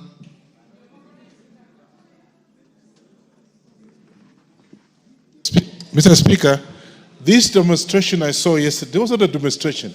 There was an anarchy, and I want us as a parliament, Mr. Speaker, if you could listen to me, I think let's have a solution. Because as it is, we are just talking. I want us to at least sit as a house to be able to demonstrate to the Kenyans that this is what we are going to do in the case. Because there are even people who are actually leaders in this country who are involved. That we saw.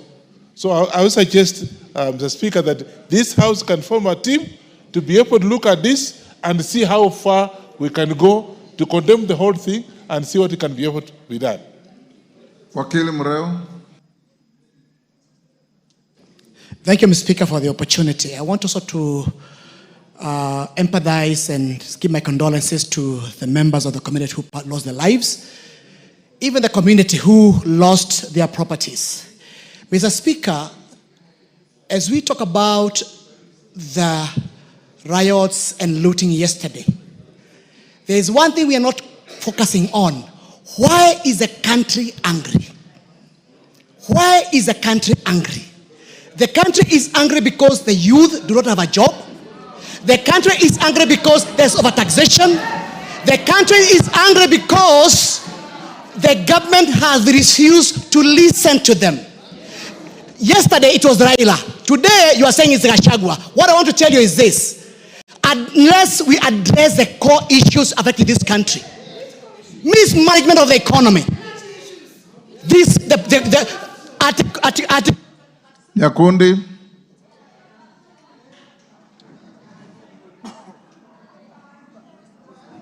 Give Nyakundi. Thank you, Mr. Speaker, for also giving me this opportunity. Mr. Speaker, what we witnessed yesterday was pure anarchy. What we witnessed yesterday was looting, terrorism, someone who wanted to take this country to the goose.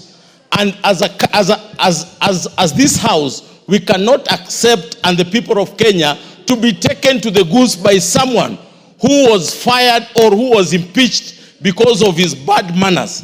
As a country, we sympathize with those who lost their loved ones. We sympathize for everyone who lost his property yesterday. But as this house, we must sit down and look on the solution towards the problem that we have as a country. Thank you, Mr. Speaker. Odanga Makoha. Thank you, Honorable Speaker. Honorable Speaker, I condole with the families that lost their loved ones, and also I pray for those who are sick, those who are maimed and injured to recover quickly. Honorable Speaker, we need a conversation. The young people who have spoken, they are speaking repeatedly. We need to listen to them. A conversation is very critical, Honorable Speaker. Thank you, Honorable. Zaire.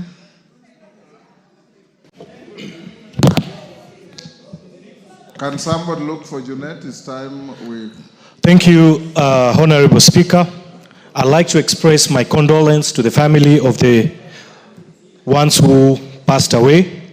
Honorable Speaker, I rise to support this motion and totally condemn the acts of lawlessness, destruction, and vandalism that we witnessed yesterday in this republic.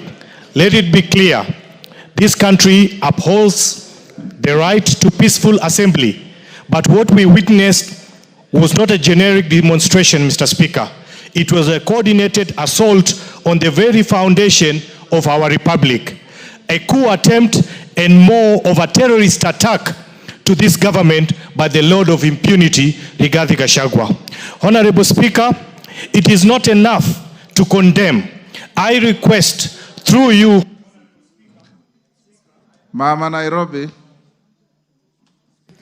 Thank you, Mr. Speaker. Mr. Speaker, as I pass condolences to all the families that have lost their loved ones and wish quick recovery for the Law Society and the action that they need to focus on.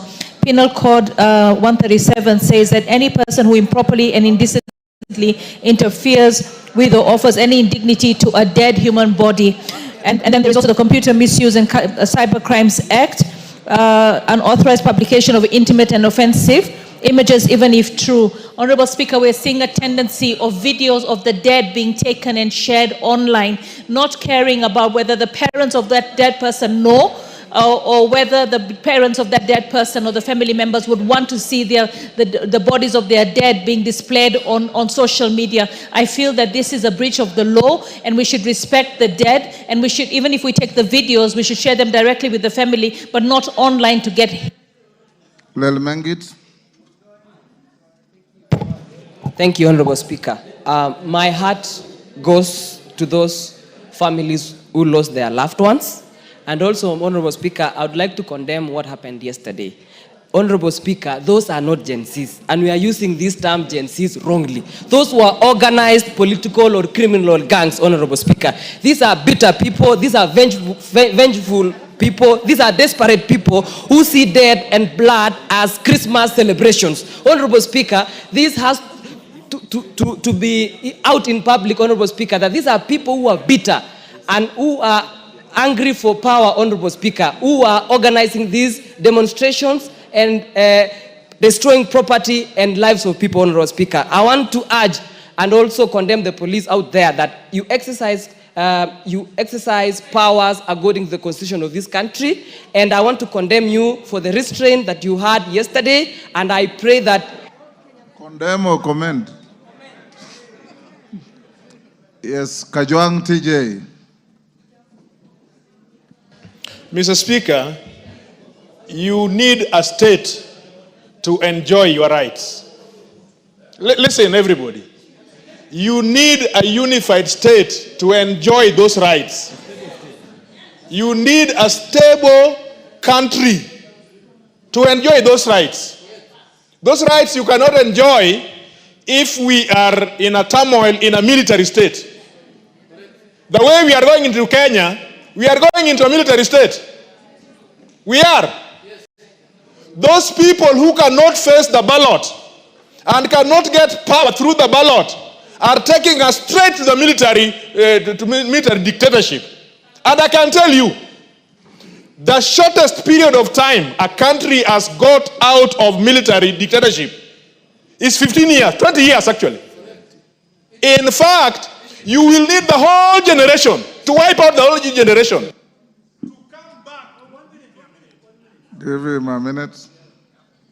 Just to finish a sentence, you will take a whole generation to come back to a democracy. So don't joke. Don't joke with this thing. If you want power, talk to your people from Mount Kenya and come to the ballot and take that power.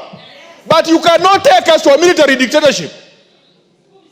Even when I, from Ruaraka, would go to the streets every day, I only went there because I wanted my democratic rights to enjoy. But I don't go there in a void, in a military state. Mr. Speaker, we need a country where we are ruled by the rule of law. I am ashamed. Two chief justices. In fact, I think I'm a better chief justice than some of those. Huh? Kahangara. Thank you, Mr. Speaker, for giving me the opportunity. Let me also pass my condolences to the families of those people who lost their lives last year and this year. And Mr. Speaker, let me say that Kenya is a democracy, a country that holds elections every 5 years, meaning that people have an opportunity to put in the government that they would want in place, and will not allow a government where people want to come through the back door. Mr. Speaker, let me speak for the police. Our police have really shown restraint. And as a country, if we want to move forward, how do you expect our police officers to be able to protect property when people are coming when they are armed and police are not able to take action? Mr. Speaker, I think this is an opportunity for us as a house where we should be able to sit, and if it means changing our laws so that we can be able to protect the people who are supposed to be protecting us as the police, we ensure that they are able to arrest, they are able to stop what was happening yesterday. Otherwise, when Thank you, Kahangara. Mover to reply. We gave 1.5 hours. We have exceeded by 5 minutes. Oh? Are you allowed to donate? You have 5 minutes to reply. No, you can donate. 10, Mr. Speaker, I have 10. You have 10 minutes. Yes. You can donate. 1 minute to Gogo. Order. 1 minute to Gogo. And 1 minute to Bararot. 2 minutes. And 1 minute to Al-Kalau. That is all, Mr. Speaker. Only 3 minutes. Okay. Kogo. Lillian. Thank you very much, Honorable Speaker. I don't know whether to thank you or to thank my majority leader, because I raised my hand throughout and you simply refused to see me. Just thank the Speaker, because I can Thank you, Honorable Speaker. My question is, as I condole with the people who lost their families, as I condole with the mothers who lost their loved ones, as I condole and empathize with the people and the women and the young people who lost their businesses, were these people going to State House or were they going to State House girls? And what interest did they have in State House girls? And finally, Honorable Speaker, I want to say, they went burning police stations. They should take, it has been said that Gachagua should be arrested. He should be arrested, be put up in a police station, and I will personally go and put that police station in flames so that it is destroyed forever. Then after that, Thank you, Mr. Speaker. Mr. Speaker, I want to extend my message of condolences to the families who lost their dear ones. Secondly, Mr. Speaker, I want to condemn the anarchy we saw yesterday in our streets.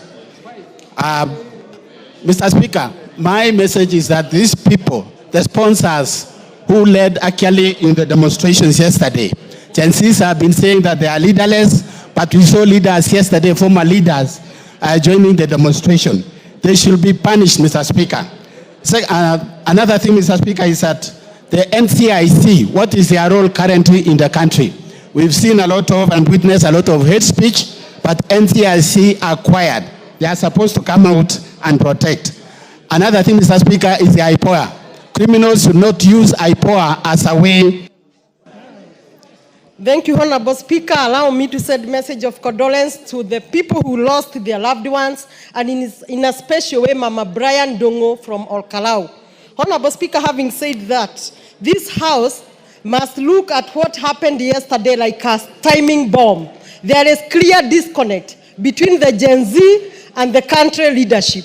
And this House knows we cannot pretend that we don't know. We know the issues of unemployment, the issues of abduction, the issues of continued killing of their colleagues, and that is why the Gen Z came. And the Gen Z are normally very peaceful until they are brutally provoked by government-sponsored goons. Sakaja plan failed. Yesterday, Gen Z finished their demos at 4, and the goons that were organized came on the street to loot. And we cannot call the Gen Z the looters. We cannot call them the goons. They are goons who are sponsored by... Yes, yes, Masara. Thank you, Mr. Speaker. Mr. Speaker, Migori has been the headquarters of demonstration. I thank the people of Migori because yesterday Migori was very quiet. Mr. Speaker, we have only one country. And those who are thinking they can ban this country, where will they be after the country is banned? I want to request each and every citizen that it is high time we sit down and agree that if it is power. Power was there the other day. Power has left them less than 2 years, and they have started banning their own property. Mr. Speaker, I can say that moving forward, we are not going to blame Gen Zs. We'll talk to our young people and tell them, some of us, like me and Junet here, we're a product of civil society. From the way from councillor to mayor to now MP and going to be the mayor, the next governor of Migori. Young people, let you not be misused, let you not be go astray. You have a future. This country belongs to you after we have... Now. Thank you, Mr. Speaker. Mr. Speaker, first and foremost, I want to thank the members of this House for taking their time to contribute to this important motion, Mr. Speaker. Mr. Speaker, in accordance with the Constitution, it is only this House that can address matters of concern to the people, Mr. Speaker. And what happened yesterday must be a matter of concern to the people of Kenya, Mr. Speaker. Mr. Speaker, I've listened keenly to the contribution of every single member, and every member has reiterated that this country cannot slide to anarchy. We must have a country that we are all proud of, Mr. Speaker. We must have a country that serves us all equally, irrespective of our religion, our race, our community, our tribe, our color, please, and all kinds of things. Mr. Speaker, but one thing I have noted Mr. Speaker, from the contribution of my members is that they have confirmed all and sundry here that yesterday's demonstrations were not Gen Z demonstrations. They were political demonstrations organized by politicians who are power hungry, who are impeached, and who want to come back to power through the back door, Mr. Speaker, and take this country to the dogs. I want to speak to the young, may they be in my constituency or in other constituencies, that your good intentions of rectifying what is happening in this country, of speaking to the powers that be, has been hijacked and overtaken by selfish, inward-looking, self-interested politicians, Mr. Speaker, who are power-hungry, led by one man called Rigathi Gachagua. Mr. Speaker, a member here said that Sakaja brought goons. Was Sakaja in Olkalau? Was Sakaja in Kikuyu? Was Sakaja in Nyeri? Was Sakaja in Kiambu? Was Sakaja in Muranga? Was Sakaja in Madira? Was Mei in Kieni? Sakaja was in Nairobi. But the distractions and looting that happened in Mount Kenya, Mr. Speaker, is what we describe today as ethnic mobilization. Someone has decided to mobilize his ethnicity, thinking that he can invade State House and take power through a coup. Power can only be gotten through the ballot, Mr. Speaker. You have to go and campaign, talk to the people, sell your policies, tell people what your manifesto is, and they will elect you, and then you can rule the country, Mr. Speaker. Any other shortcut to power, nobody will entertain it. No country, no country will allow that, and no citizen will allow that. Mr. Speaker, our country is a very beautiful country. The constitution that we enjoy in this country, Mr. Speaker, very little countries have, including developed countries in Western world, Mr. Speaker. The kind of constitution we have, the Bill of Rights, the kind of constitution we enjoy, no African country enjoys, Mr. Speaker. But there are people who are hell-bent to mutilate and discard that constitution, Mr. Speaker, for their own selfish. One of the things I've heard this afternoon, Mr. Speaker, that has shocked me, really, and sent shivers in my spine, Mr. Speaker, is when the leader of majority stood in his place in the House, Mr. Speaker, and said that their home was invaded for the sole purposes of killing his father, who is 105 years, and his mother, who is 85 years, Mr. Speaker, what have the parents of the majority leader got to do with the politics of this country? A man who has done everything he could do in this world. Mr. Speaker, he has even informed me privately here that one man had to be shot so that the thugs can run away, Mr. Speaker. And they have confirmed, I can say this on the floor of this House, that those thugs were organized and supervised by one man called Rigathi Gachagua, Mr. Speaker. What kind of inhumanity can that be, Mr. Speaker, that you want to attack the parents of a politician because you don't like that politician? You want to kill the parents of that politician. If that man can now think of killing the parents of the majority leader, Mr. Speaker, what do you think that man is going to do in 2027, Mr. Speaker? No wonder he said that 2027 will be a Christmas party. 2007 will be a Christmas party, Mr. Speaker. The member of parliament from Odaya has just told me now, Mr. Speaker, that he has lost one of his constituents yesterday. He has lost a constituent. The member for Odaya, Mr. Speaker, here, a very close, campaigner of his, Mr. Speaker. Mr. Speaker, why are we allowing this anarchy to perpetuate in this country? And now they are using the name of Gen Zs to cause anarchy, to cause mayhem, to maim women, to kill people, and to... Mr. Speaker, I asked when I was moving the motion, if you want to demonstrate nationally, you can demonstrate in every part of the country where you are. You don't have to transport people from Kiambu, from Muranga, from Nyeri, from Laikipia, and bring them to Nairobi so that you demonstrate. What happens if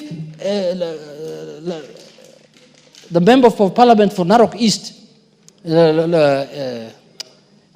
yes, decides to bring his people, the Maasais from Narok to Nairobi, and then Millie Odhiambo decides to bring Sobas from Soba, and then Wanyonyi brings people from Trans Nzoia, and everyone meets here in Nairobi. What kind of country are we going to have?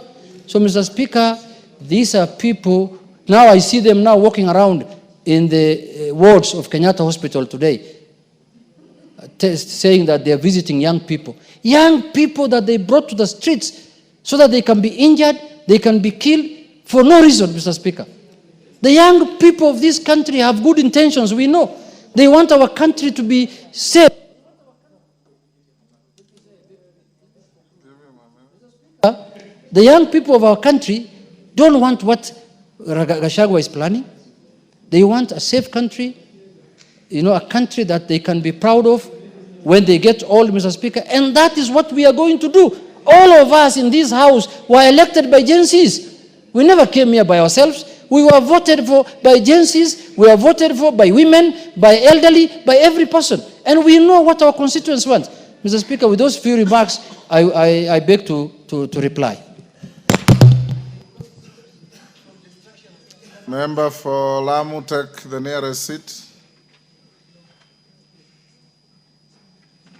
Thank you. Honorable members, I now put the question at order number 10, which is that appreciating that Article 37 of the Constitution guarantees the right to assemble, demonstrate, and present petitions to public authorities peacefully. Further appreciating that on Wednesday, 25th June 2025, sections of the population participated in public demonstrations and protests in various parts of the country. Deeply disturbed that in exercise of this great constitutional right, there were numerous cases of violence, arson, invasion into both private and public properties, attacks on innocent wananchi and security officials, most of police officers, and further deeply disturbed that demonstrators destroyed and vandalized both public and private properties and infrastructure, including courts, administration offices, shops, business premises, homes and supermarkets in various places in the country, including Nairobi, Kikuyu and Olkalau, among other places, alarmed by attempts by demonstrators to enter girls' schools, including the State House Girls' School, Nairobi. Now, therefore, this House, 1, condemns in the strongest terms the deliberate destruction of public and private property and infrastructure during demonstrations, including court records. 2, express grave concern over the repeated incidents of violence targeting civilians and public officers, including security personnel. 3, affirms and acknowledges the right of every citizen to demonstrate, protest, and express dissent, while emphasizing the need to protect livelihoods, and property. And 4, calls upon the Inspector General of Police and the Directorate of Criminal Investigations to immediately and expeditiously investigate the acts of lawlessness and bring to justice those found culpable, including current and former politicians who are involved in the planning, mobilization, financing, and incitement of mobs, goons, and criminals. As members of that opinion say aye. Aye. Those of the contrary opinion say nay. Nay. The ayes have it.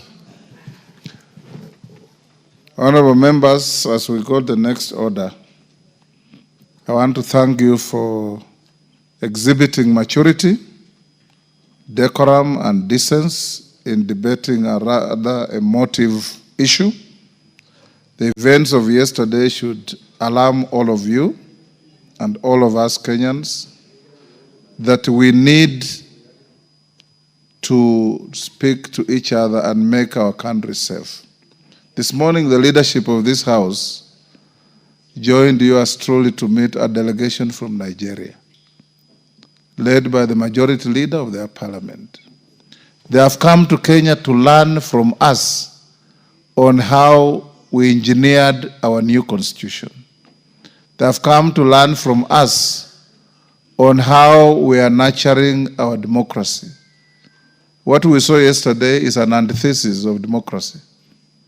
And we want to urge all of us, everybody included in the management of the affairs of the country, more so, we, the political class. It is wrong, it's unlawful, it's unconstitutional and unacceptable to hide and take advantage of the poverty of our people, to hire them and take them to the streets to suffer untold harm. There was looting and burning of property in Dagoretti up to 8 p.m. last night. Rongai, same thing. Assuming it was demonstrations, demonstrations have a timeline. You start in the morning at 10 and end by 5, 6. I urge you, honorable members, and the legal team that advises the Speaker, you need to think seriously about having a law that governs and protects demonstrations and demonstrators against infiltrations by wrong people hell-bent on doing wrong things. Next order. Order number 7, questions and statements. We'll go back to receiving responses to statements. A response to Charles Ngusia. Is Charles Ngusia in the House? Yes. The Chair, Blue Economy, Water and Irrigation, is he in the House? He is not. Ngusia will push your response to Tuesday. Response to Mother Wangari by Finance and Planning. Both Mother and Finance are not here next Tuesday. Labor to Cynthia Muge. Yes, Major Deco, you have a response? Then response to Daniel Nanok from Regional Development. Is the Chair Regional Development here? Lochakapong, are you ready? Go ahead.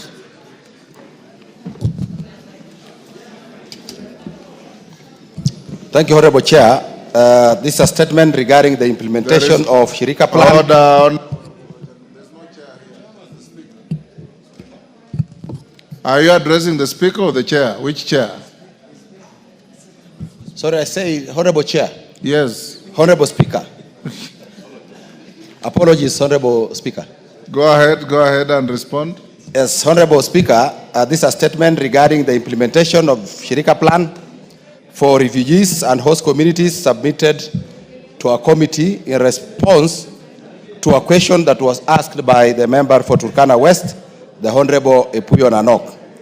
Now, Honorable Speaker, Kenya has hosted refugees and asylum seekers from the Great Lakes region, East and the Horn of Africa for over 3 decades. Now, the country remains the 5th largest refugee hosting country in Africa and the 13th largest asylum country in the world. Honorable Speaker, the government of Kenya, in collaboration with partners, has been taking concrete steps to improve the conditions of host communities and refugees. In line with Global Compact on Refugees, GCR 2018, and its comprehensive refugee response framework, Shirika Plan builds on the success of past and ongoing programs. In 2022, Honorable Speaker, the government pronounced its intention to strengthen integration through socio-economic inclusion of host communities and refugees through a strategy called Marshall Plan, which was later renamed Shirika Plan. Shirika is a multi-year plan that aims to enhance socio-economic inclusion for host communities in refugees for them to be self-reliant and resilient. The Shirika Plan is in line with the Constitution of Kenya, Refugees Act 2021, Sustainable Development Goals, Vision 2030, and Medium-Term Plan 4, and bottom-up economic transformation agenda. Shirika builds on the success of Kalobeyei Integrated Socio-Economic Development Plan, Phase 1 and 2, and Garissa Integrated Socio-Economic Plan. Shirika Plan was officially launched on 28th of March 2025 by His Excellency the President, William Ruto. The plan is an initiative to turn the country's 2 refugee camps in Dadaab and Kakuma into self-reliant integrated settlements, allowing refugees and host communities to live and work side by side and access donor and government services alike. This comes on the back of commitment made through the 2018 Global Compact for Refugees, which Kenya is party to. Shirika Plan has been lauded as a major step forward in securing durable solutions for Kenya's over 800,000 refugees and asylum seekers, finding solutions to forced displacement, many of these refugees having lived in Kenya since the 1990s, has become even more pressing in the wake of recent US aid cuts, which threaten the livelihoods of refugees receiving material assistance from donors. Therefore, Shirika Plan will transform how we respond to refugee crisis from a series of annual care and maintenance programs into a sustainable government-led comprehensive refugee response. Honorable Speaker, the objectives of the Shirika Plan, one is to facilitate the transition to government-led development, development-oriented and integrated services. Two, strengthen the capacity of government institutions to serve refugees and host communities. Now, three, enhance resource mobilization in support of integration in the spirit of burden sharing. And four, promote socio-economic inclusion of host communities and refugees to enhance self-reliance and resilience. Honorable Speaker, pillars of the Shirika Plan. Now, the plan has 6 pillars, which include pillar number one is systems building and enabling policy frameworks to strengthen national institutions' capacities to ensure equity, equality, and inclusion. Pillar number two, integrated service delivery, focuses on the equitable access to all services. This includes education, health, adequate housing, wash, electricity, social protection, energy, etc. Pillar number three, Honorable Speaker, human capital and skills development for community-led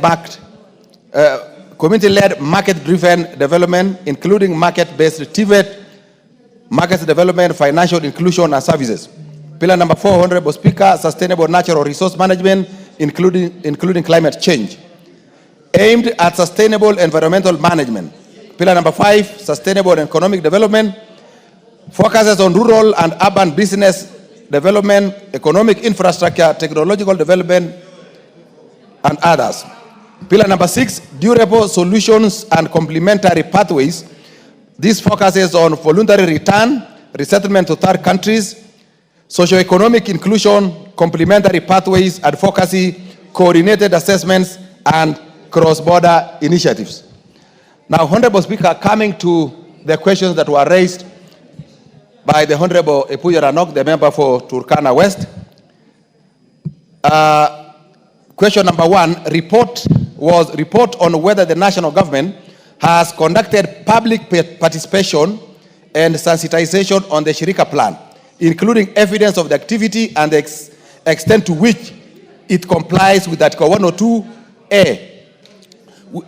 It complies with Article 10(2)A and 232(1)D of the Constitution on involvement of the people in policy making. Now, Honorable Speaker, the Ministry of Interior and National Administration through the State Department for Immigration and Citizen Services and the Department of Refugee Services held consultative meetings and public participation forums across major refugee hosting counties, which include Turkana, Garissa, Mombasa, Kilifi, Nairobi, Nakuru, Uasin Gishu, Kiambu, and Kajiado.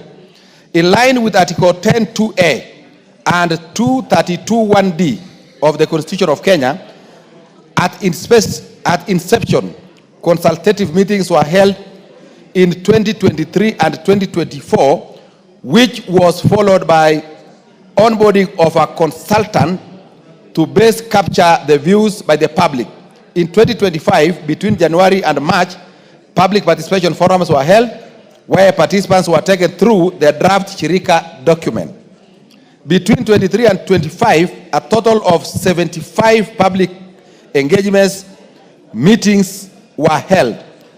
The categories of groups engaged included host communities, refugees, members of parliament, governors, members of county assembly, UN agencies, development partners, donors, international and national government, national non-governmental organizations, counties, departments, and agencies, both levels of governments, private sector, business community, community-based organizations, CBOs, refugee-led organizations, and civil society.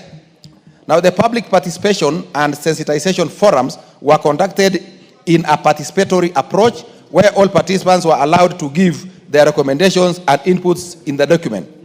The views collected during the public participation, consultations, and sensitization forums helped shape the document that was launched by His Excellency the President on 28th of March 2025. The Shirika Plan is a living document and can be reviewed on need basis.